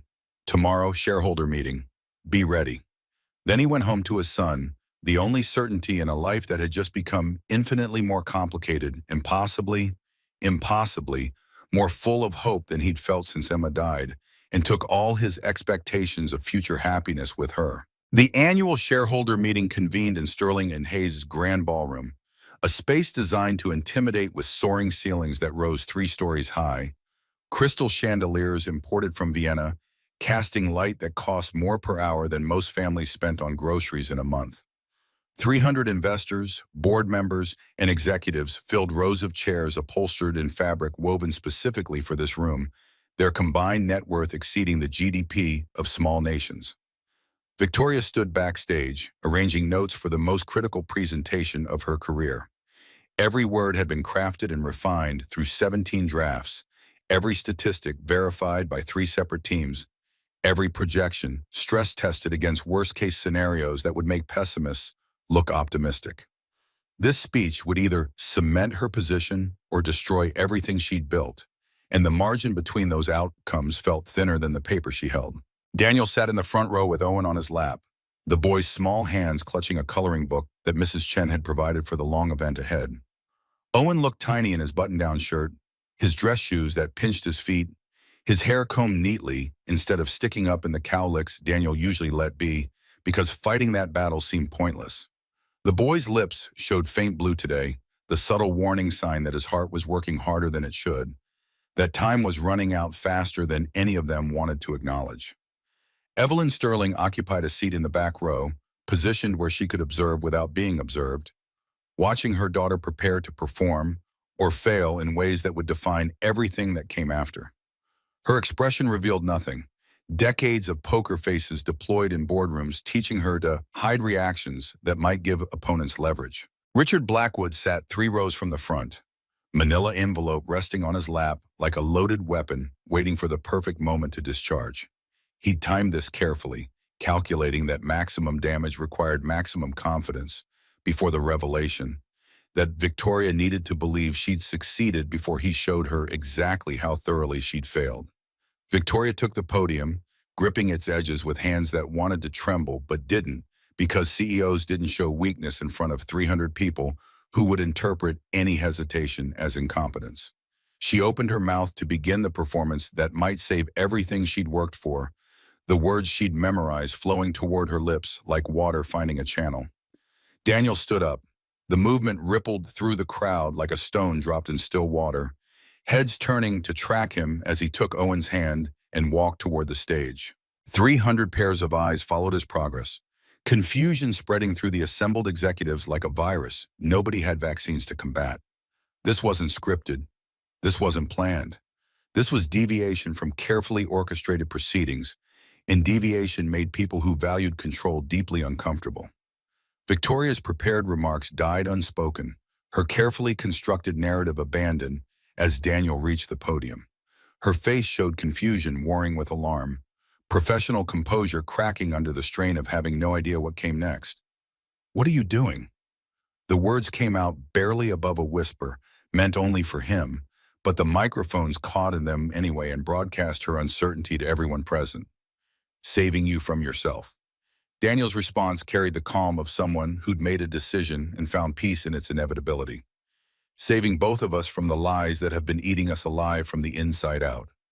He turned to face the crowd, Owen standing beside him, small hand gripping his father's larger one with 3-year-old trust that adults would handle whatever came next.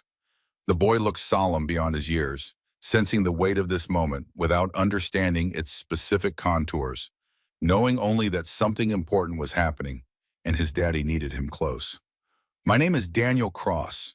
His voice filled the ballroom without strain, carrying clearly to the back row where Evelyn sat forward slightly in her chair. "Some of you know me as Victoria Sterling's husband, the man she introduced as her partner 6 months ago, with stories about Caribbean beaches and mutual friends and love that bloomed quickly between two people meant to find each other. Silence crashed down like a wave breaking against rocks. Owen pressed closer to his father's leg, seeking shelter from attention that felt too bright, too focused, too overwhelming for someone whose heart couldn't handle stress the way other children's could. I'm here to tell you that every word of that story was a lie. Every detail manufactured, every emotion fabricated, every element designed to convince you and the Thornton family and her mother that Victoria Sterling had achieved something she hadn't, a genuine human connection built on foundations deeper than strategic planning. Murmurs rippled through the crowd, shock giving way to confusion, giving way to anger, as implications sank in like arrows finding at targets. Victoria stood frozen, her face draining of color beneath makeup applied with professional precision, hours ago when she'd still believed this day would go according to plan.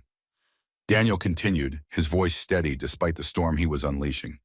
I'm not a husband. I'm a carpenter who builds furniture in Brooklyn. Before that, I was a financial analyst at Hartwell and Partners for 6 years, on track to make partner before my wife got sick, and I chose to be present for her final months, instead of climbing a ladder that suddenly seemed less important than holding her hand while machines breathed for her. He paused, letting the confession breathe, giving people time to absorb information that rearranged their understanding of reality. Owen looked up at him with wide eyes, not understanding the words but recognizing the seriousness in his father's tone. Ms. Sterling offered me a contract, $5 million to play her devoted husband for 1 year, to appear at events like this and smile for cameras and convince skeptical people that she'd found the stability and family values her business partnerships required. I accepted because my son has 4 holes in his heart, because the surgery to fix them cost more than I could earn in a decade of honest work, because when you're a single father watching your child's lips turn blue from insufficient oxygen, you'll sign any contract that keeps him alive. The confession hung in the air like smoke from an explosion, toxic and impossible to ignore. Richard Blackwood sat rigid in his seat, his carefully planned revelations stolen by the man he'd been planning to destroy, his power play neutralized by someone willing to detonate everything rather than wait for controlled demolition. That's the truth. The whole truth without spin or explanation or justification. Daniel's jaw tightened, muscle working beneath skin as he forced out words that cost him something essential. We lied to you. We lied to the Thorntons. We constructed an elaborate fiction because Victoria needed a family to secure her inheritance, and I needed money to save my son, and we calculated that our mutual desperation made the deception acceptable. He looked at Victoria, and something in his gaze made her breath catch despite the catastrophe unfolding around them. But here's what else is true, what I didn't expect when I signed those papers and took that money. If a company needs fabricated families to survive, its leadership has already lost sight of what actually matters. If the only way to close a deal is lying about who you are and what you value, then maybe that deal isn't worth closing in the first place. The words landed like hammer blows, each one driving home truths that made comfortable people uncomfortable, that forced them to examine foundations they'd never questioned because questioning might reveal cracks they'd rather ignore. I won't be part of that lie anymore. Not for $5 million. Not for $50 million. Not for any amount of money, because the one lesson I want to teach my son is that integrity isn't for sale. That character can't be purchased. That being an honest man matters more than being a comfortable one. Daniel reached into his jacket and withdrew the contract. All 47 pages folded and creased from months of existence. Physical evidence of the transaction that had brought them to this moment. He held it high enough for everyone to see, making sure cameras captured what came next, ensuring no ambiguity about his intentions. I'm terminating our agreement, Miss Sterling, right here in front of 300 witnesses, so there can never be confusion about what happened today. So my son will understand that his father chose principle over profit when the choice presented itself. The sound of tearing paper cut through the silence like a gunshot. Daniel ripped the contract in half, then in half again, then again until it became pieces too small to reassemble, confetti representing the death of their arrangement. He let the fragments fall, watching them drift to the stage floor like snow that would never melt because the damage was permanent, irreversible, complete. I don't want my son growing up thinking his father could be bought. The words came quiet but devastating, each syllable precisely placed for maximum impact. Whatever happens next, whatever consequences follow from this confession, that's not the lesson I'm teaching him. That's not the man I'm choosing to be. He took Owen's hand, preparing to walk away from the stand and the company and the woman who'd hired him to pretend, to disappear back into Brooklyn obscurity where people lived lives of honest struggle rather than comfortable deception. Owen looked up at him with confusion and trust competing in his expression, certain that Daddy was making the right choice even if the reasons remained opaque. Wait, Victoria's voice cracked on the single syllable, breaking open something she'd kept sealed for 34 years.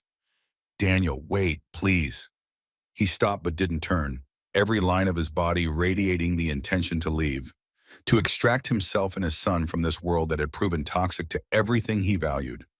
Owen glanced back at Victoria with curious eyes, waiting to see what the pretty lady would do now that his daddy had said important things that made grown-ups gasp and whisper. Victoria stepped from behind the podium, abandoning her prepared remarks and her carefully constructed defenses and her professional armor. 300 people watched her cross the stage toward Daniel, toward the man who just destroyed her publicly because destroying her was kinder than continuing the lie, toward the father protecting his son's understanding of integrity at the cost of financial security. I don't need a contract. Her voice came out raw, scraped clean of the polish she usually maintained. I don't need a fake husband to convince anyone of anything. Don't need manufactured families to pass my mother's tests or close my merger deals. She stopped within arm's reach, close enough to see the exhaustion in Daniel's eyes, the fear beneath his bravery, the love for his son that eclipsed every other consideration. What I need is you, not the performance, not the pretense. You, the real person who makes terrible pancakes and refuses to let anyone diminish him and sees through every wall I've constructed to hide from genuine human connection. Daniel finally turned to face her fully, and the look that passed between them carried weight that cameras couldn't capture, nuance that observers couldn't fully decode.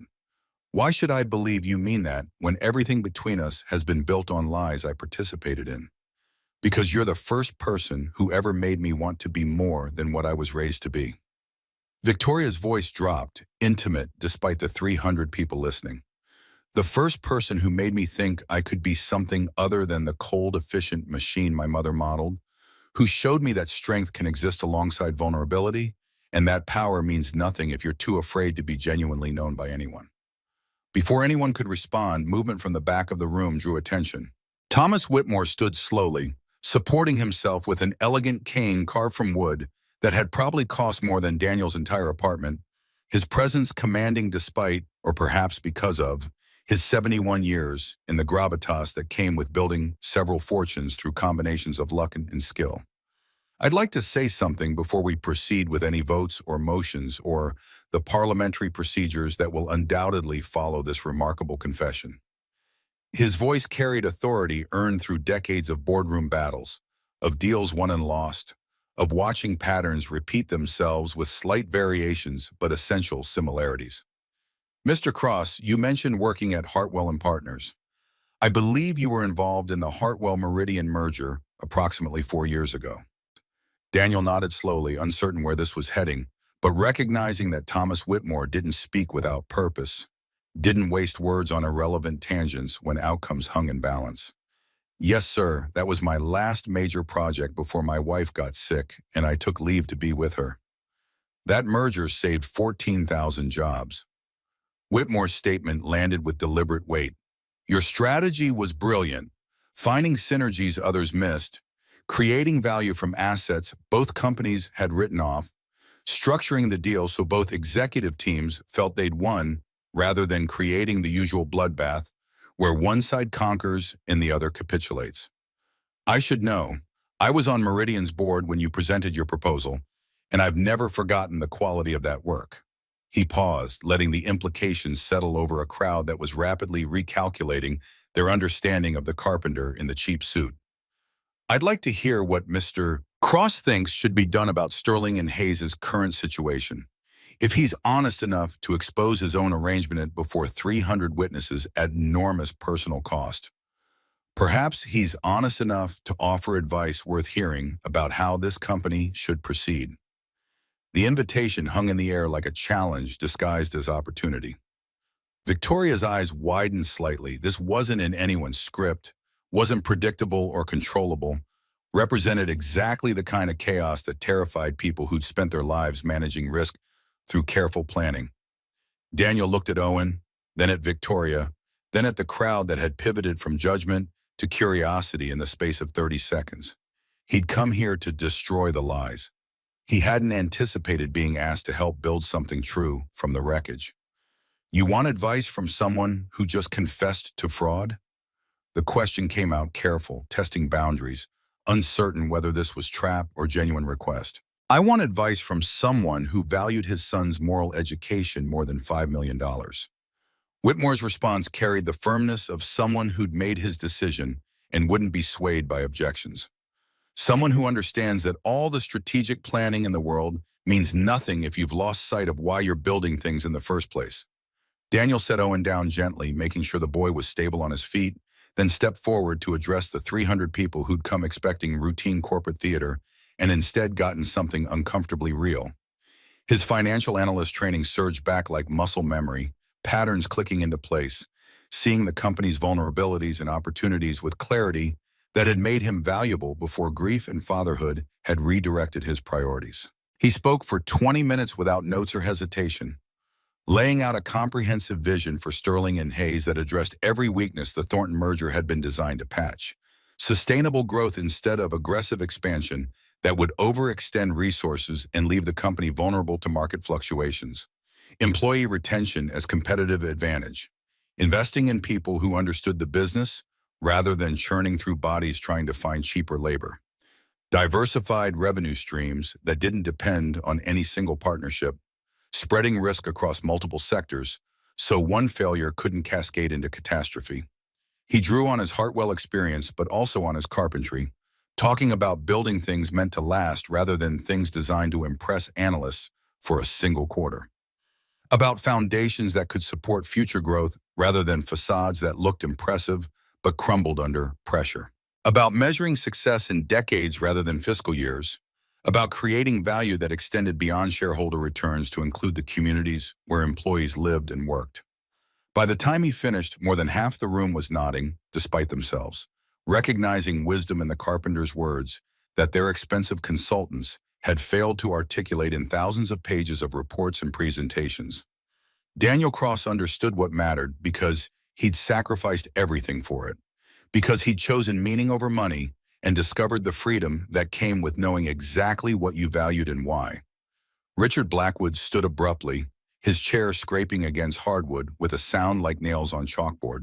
His face had gone red with rage poorly contained, veins visible in his temples, hands clenched into fists that wanted to strike something but couldn't because violence was beneath him and also illegal.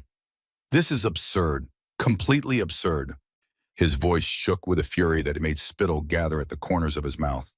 The man just confessed to fraud, to accepting millions of dollars to deceive this board, to lie to our merger partners, to participate in elaborate deception that could expose us to lawsuits and regulatory investigations. And you want to take advice from him? You want to listen to his recommendations about how we should run this company? He turned on Victoria with venom that had been building for years, decades perhaps, since Evelyn Sterling had first outmaneuvered him and every subsequent slight had accumulated like interest compounding. I move for immediate restructuring of leadership. Ms. Sterling has proven herself unfit for her position through actions that violate not only our trust, but potentially securities laws. We need to remove her before Thomas Whitmore cut him off with the authority of someone who'd forgotten more about corporate maneuvering than Blackwood would ever learn.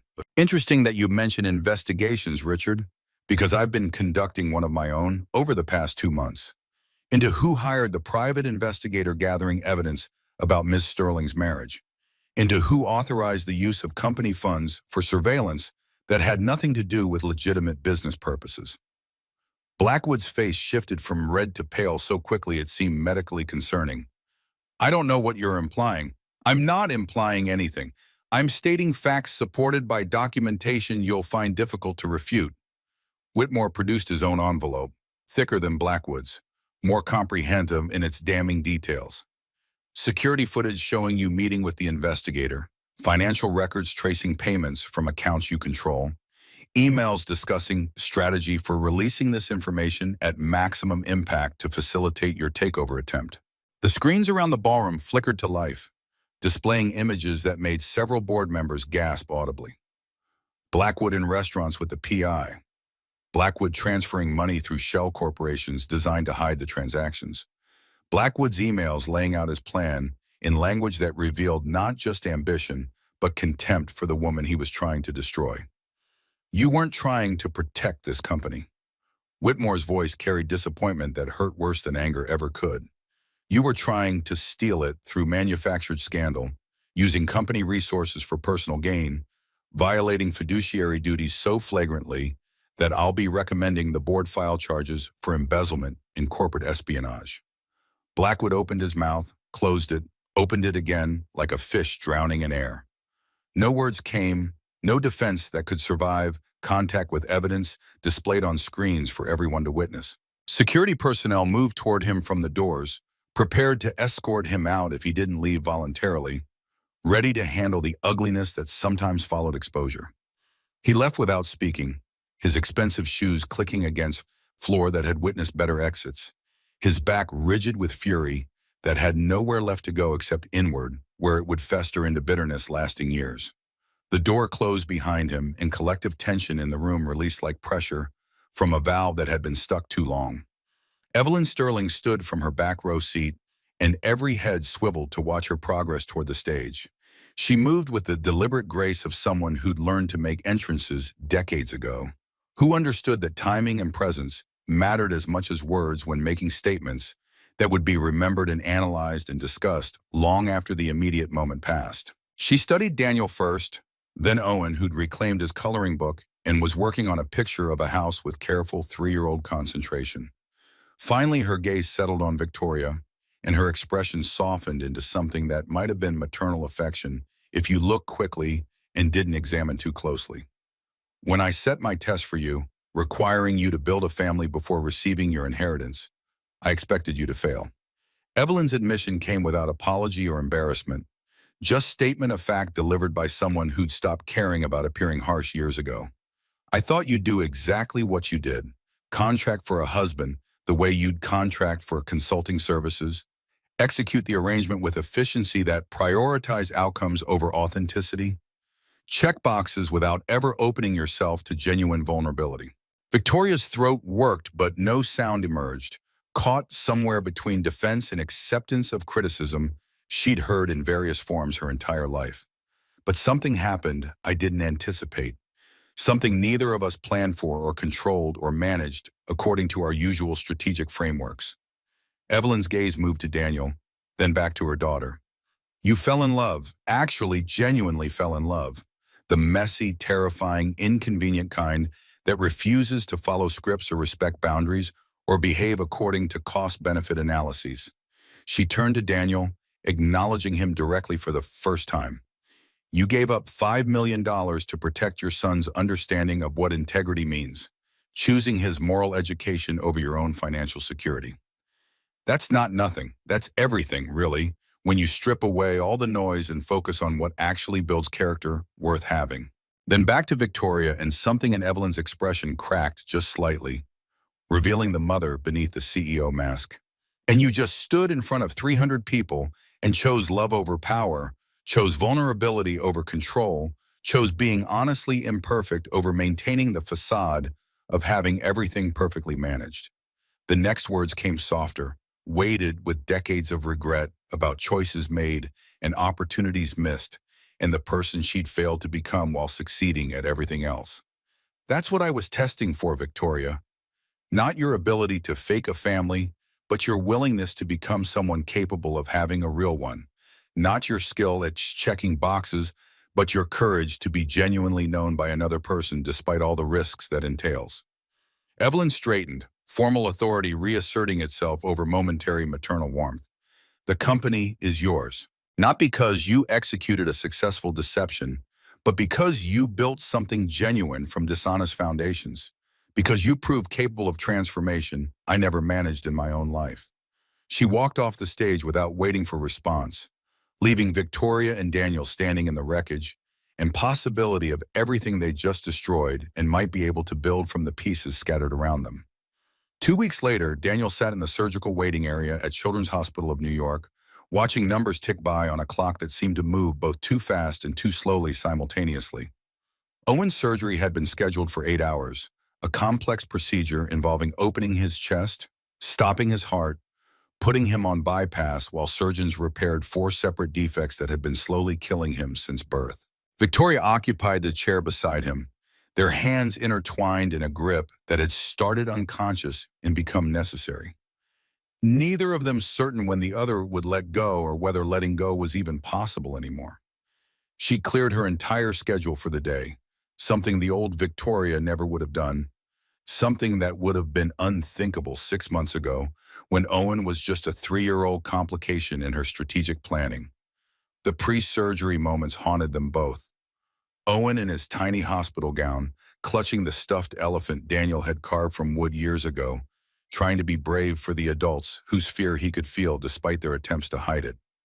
"Daddy, I scared," his small voice barely above whisper, his blue lips more pronounced under fluorescent lighting designed to reveal every medical vulnerability. Daniel had knelt beside the gurney, gathering his son close, breathing in the scent of No More Tears shampoo and the antiseptic soap they'd used to scrub him clean of germs that might cause infections. "I know, buddy, but the doctors are going to fix your heart, make it strong like it should have been from the beginning. When you wake up, I'll be right there. I promise." Promise, promise? Owen's vocabulary for absolute commitments. The phrase reserved for things that mattered more than regular promises. "Promise, promise, I'm never leaving you, not even when you're asleep and can't see me." Owen had looked past his father to where Victoria stood back, uncertain of her place in this intimate moment of fear and love. "Victoria come too?" She'd stepped forward, kneeling on the other side of the gurney, and took Owen's small hand in hers. "I'm here, sweetheart, if you want me to be. Stay, please." The little boy's face showed the simple certainty of someone who'd decided she belonged in his family, who'd moved her from the category of stranger to the category of person who stayed when things got scary. Families stay. The words had broken something in Victoria's chest, shattered defenses she'd maintained through decades of deliberate emotional isolation. "Of course I'm staying. I'm not going anywhere." Now, 4 hours into the surgery, they waited in chairs designed by people who'd never sat in them for extended periods, drinking coffee that tasted like despair, watching other families cycle through their own medical crises with the hollow awareness that suffering was universal and particular simultaneously. Dr. Martinez emerged at hour 5, still in surgical scrubs, her face grave beneath the operating room cap.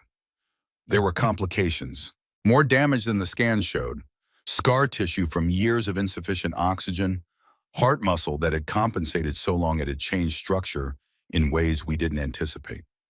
Daniel felt the floor tilt beneath him, Victoria's hand tightening on his, becoming the only thing keeping him tethered to earth. "What does that mean? Is he—" "He's alive. We're still working, still repairing, but it's taking longer than planned, and the next few hours are critical." Dr. Martinez's professional calm contained empathy that felt worse than clinical detachment would have. "I wanted you to know what's happening rather than leaving you wondering why we've exceeded our estimated timeline."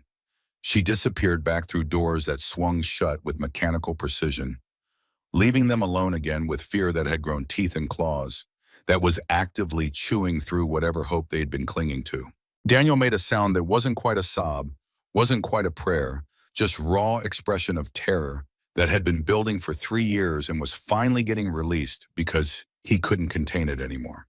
Victoria pulled him close, let him shake against her while she stayed solid, becoming the anchor he needed when his own foundations crumbled. She didn't offer platitudes about everything being okay or assurances she couldn't guarantee. She just held on, present in the pain, refusing to look away from the possibility that this could end in loss that would destroy the man she'd come to love, despite every logical reason not to. Hour 8 came and went. Hour 9. Victoria brought water. Daniel didn't drink. Food he couldn't taste. Her presence the only thing that mattered as minutes stretched like taffy being pulled. Each second distinct and endless.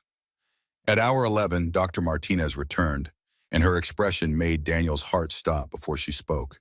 He made it. The repair is complete, and while the next 24 hours remain critical, I'm cautiously optimistic about his prognosis. The relief hit like a physical blow, driving air from lungs that had forgotten how to work properly. Victoria made a sound somewhere between laugh and sob, her own terror releasing now that permission had been granted to feel something other than dread. Daniel couldn't speak, couldn't process words into coherent thoughts, could only nod and wait for his breathing to remember its rhythm. They were allowed into recovery 30 minutes later. Owen looked impossibly small in the hospital bed, surrounded by equipment that clicked and beeped and hummed with the sound of life being monitored and sustained. Tubes and wires connected him to machines that were breathing and measuring and displaying numbers that meant everything to the medical staff and nothing to Daniel except that his son was alive. "Hey, buddy." Daniel's voice cracked on the words, his hand finding Owen's carefully, avoiding IV lines and monitor leads, just needing contact that proved this wasn't dream or nightmare, but actual reality where his child had survived. "You did so good, so brave. I'm so proud of you." Owen's eyes fluttered open, unfocused and heavy with anesthesia still working through his system. "Daddy, right here, right where I promised I'd be. Hurts. I know, but you're going to be okay now. Your heart is fixed, all better, strong enough to let you run and play and do everything kids should be able to do." Owen's gaze drifted past his father, finding Victoria standing beside the bed, with tears streaming down her face that she made no attempt to hide or control. "You stayed." "Of course I stayed." Her voice came out waterlogged with emotions she'd spent 34 years learning to suppress. "I told you I would." Owen managed a small smile despite the pain medication and the trauma his body had just endured. "Family stays." Both adults broke simultaneously, the words hitting harder than any declaration of love or any romantic gesture could have. This simple truth from a 3-year-old who understood things they'd needed decades to figure out. Victoria reached for Owen's other hand, gentle around the IV, and together they flanked him. Two people who'd started as strangers, become accomplices in deception, transformed into something neither had believed possible. 6 months after the surgery, Owen ran through Prospect Park with energy that would have been impossible before his repair, chasing pigeons with single-minded determination that made other parents smile at his enthusiasm. His color was perfect now, his lips the pink they should have been from birth. His capacity for joy no longer limited by a heart that couldn't keep up with his spirit. Daniel watched from the bench, Victoria tucked against his side in a configuration that had become natural through repetition, through choosing each other and day after day until the choice became habit, became identity. They'd moved into her penthouse but kept the Brooklyn apartment, splitting time between worlds that had seemed incompatible, but somehow worked when love became the bridge between them. Owen had started preschool, making friends with the unself-conscious ease of children who hadn't learned yet to guard themselves against potential rejection. He talked about his classmates constantly. Emma, who shared her crackers, Marcus, who could already write his whole name, Sophia, who knew all the dinosaur names and taught him how to pronounce the hard ones. Victoria had transformed Sterling and Hayes according to Daniel's restructuring recommendations, shifting focus from aggressive expansion to sustainable growth, from profit maximization to stakeholder value that included employees and communities alongside shareholders. The Thornton merger had been quietly abandoned in favor of organic development that didn't require compromising principles for partnership opportunities. Stock price had dipped initially, then climbed higher than before as markets recognized that long-term strategy often outperforms short-term tactics. Daniel consulted for the company now, leading a new community investment division that built affordable housing and job training programs and childcare centers in neighborhoods that reminded him of Brooklyn before gentrification priced out families who'd lived there for generations. The work paid well enough to be comfortable, poorly enough to keep him grounded, fulfilling enough to make him glad he'd left carpentry without regretting the skills he'd learned from working with his hands. Sunday mornings had become sacred ritual, pancakes that remained terrible despite 6 months of practice, flour fights that left them all covered in white dust, Owen's laughter filling the kitchen with sound that made expensive penthouses feel like homes. Victoria had learned to be present, to silence her phone during dinner, to prioritize being overdoing in ways that still felt foreign, but increasingly necessary. On the bench in Prospect Park, watching their son chase birds that would never let him catch them, Daniel turned to Victoria with a question he'd been carrying for weeks. Do you ever regret it? The contract, the lies, everything we did to get here? She considered the question with the seriousness it deserved, not rushing to easy answers that would sound good, but might not be true. I regret hurting you and Owen with my initial cruelty. I regret the deception we perpetrated on good people who deserve better. I regret that we started with such a fundamentally dishonest foundation. But I don't regret where it led us. Don't regret learning that I could be someone capable of this. She gestured at Owen, at the park, at the life they'd built from wreckage. I think maybe I needed to hit bottom before I could figure out how to climb towards something real. Daniel pulled her closer, and they sat in comfortable silence, watching Owen's joy, understanding without words that some things took circuitous routes, that arriving at the right destination sometimes required getting lost first. That love didn't always announce itself with orchestras and fireworks, but sometimes crept up through pancake disasters, in hospital waiting rooms, and small boys declaring that families stayed. The ribbon-cutting ceremony for the Sterling and Hayes Community Center took place on a crisp October afternoon, 1 year after the shareholder meeting that had changed everything. The building stood in Brooklyn, designed with input from actual residents rather than architects who'd never lived in neighborhoods where people struggled paycheck to paycheck. It housed job training programs, affordable childcare, after-school tutoring, a medical clinic offering sliding scale fees, and a dozen other services that acknowledged that people needed support beyond what markets provided. Victoria stood at the podium delivering a speech she'd written herself without PR consultants or communications directors sanitizing her words into corporate blandness. She talked about second chances and genuine connection and building companies that serve communities rather than extracting value from them. She talked about learning that success measured in human flourishing mattered more than success measured in stock price. Though ideally you could have both if you structured things thoughtfully. Daniel held the oversized scissors, Owen bouncing beside him with barely contained excitement about cutting the red ribbon that had been installed specifically for this moment. When Victoria finished speaking, father and son cut together, the ribbon falling away to applause from neighbors who'd attended because this mattered to them personally, because this center would serve their families and their friends and their struggles. Afterward, Victoria sat on the center's front steps to adjust her shoe. These particular heels had been rubbing her ankle raw for 3 hours, but she'd powered through the discomfort because admitting weakness still felt difficult despite 6 months of deliberate practice at vulnerability. Daniel appeared without being summoned, kneeling on concrete with complete disregard for his expensive suit, unlacing her shoe with gentle hands that understood care as instinct rather than performance. He examined the problem with the same attention he brought to everything that mattered, then retied the laces more loosely to relieve pressure without leaving her shoe so loose it would fall off. Such a small thing, such an ordinary act of noticing someone else's discomfort and responding without being asked. But Victoria felt tears prick her eyes because nobody had ever paid attention to her pain before. Nobody had ever offered care that expected nothing in return. Owen barreled over, inserting himself between them with the confidence of a child who knew his place in their family was secure and unquestionable.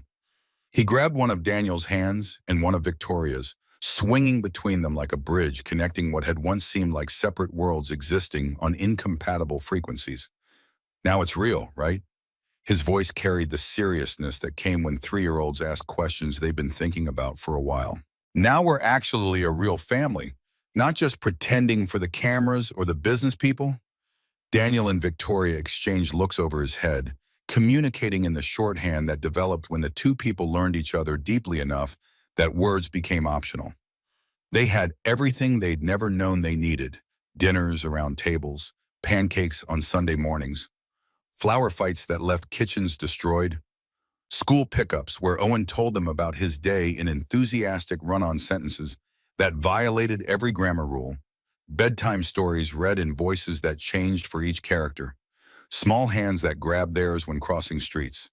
They had the slow, patient, difficult, rewarding work of learning to love and be loved without conditions or contracts or guarantees beyond choosing each other every day and trusting that the choice would continue mattering tomorrow. Yes, Victoria said, meaning it with every part of herself she'd spent a lifetime hiding from the world. Now it's real.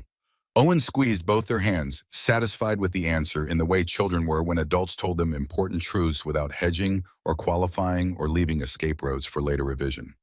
They walked toward the ice cream shop 2 blocks away, leaving the community center behind them, solid and welcoming, a physical manifestation of what happened when people chose meaning over money, connection over control, vulnerability over the safety of emotional isolation. Victoria's phone buzzed in her purse. She ignored it initially, but Daniel encouraged her to check. Old habits of constant availability dying hard despite genuine efforts at achieving better balance. The text came from Evelyn, characteristically brief and cryptic. Watch from the back again. You passed. With flying colors this time. We should talk when you're ready. Love, Mom. Victoria showed Daniel the message, and they shared a smile that acknowledged how far they'd traveled from the cold conference room where she'd purchased a husband and he'd accepted payment because desperation made them both willing to compromise, principles they'd later choose to reclaim. Evelyn had been orchestrating circumstances from the beginning, manipulating variables like a chess master moving pieces, creating situations where her daughter had to choose between comfortable lies and uncomfortable truths. Think she planned this whole thing? Daniel's question carried amusement rather than accusation. Probably. She's good at long-term strategy, at creating conditions where people reveal who they really are under pressure. Victoria tucked her phone away, more interested in ice cream with her family than parsing her mother's motivations. But it doesn't matter anymore. What matters is what we built from the mess she set in motion. At the ice cream shop, Owen chose chocolate with rainbow sprinkles and immediately got it all over his face, his shirt, his hands, and somehow the table despite Daniel's best efforts at containment. Victoria laughed, actually laughed, the sound surprising her with its unfamiliarity, realizing she couldn't remember the last time she'd laughed before meeting Daniel and Owen and learning that joy came from chaos rather than control. They walked home as the sun set over Brooklyn, painting the sky in colors that didn't care about quarterly earnings or board meetings or any of the things Victoria had once believed defined her worth. Owen held their hands, swinging between them, secure in the knowledge that he had both parents now, one by birth, one by choice, both committed to staying even when things got hard. Behind them, the community center stood as testament to transformation, to second chances, to the possibility of building genuine value from dishonest beginnings. Ahead of them, the future stretched out like an open door, full of uncertainty and possibility, and all the small, precious moments that accumulated into lives worth living. And for the first time in her 35 years, Victoria Sterling, now Victoria Cross, though the paperwork was still processing, wasn't afraid to walk through that door into whatever came next, because she wasn't walking alone anymore.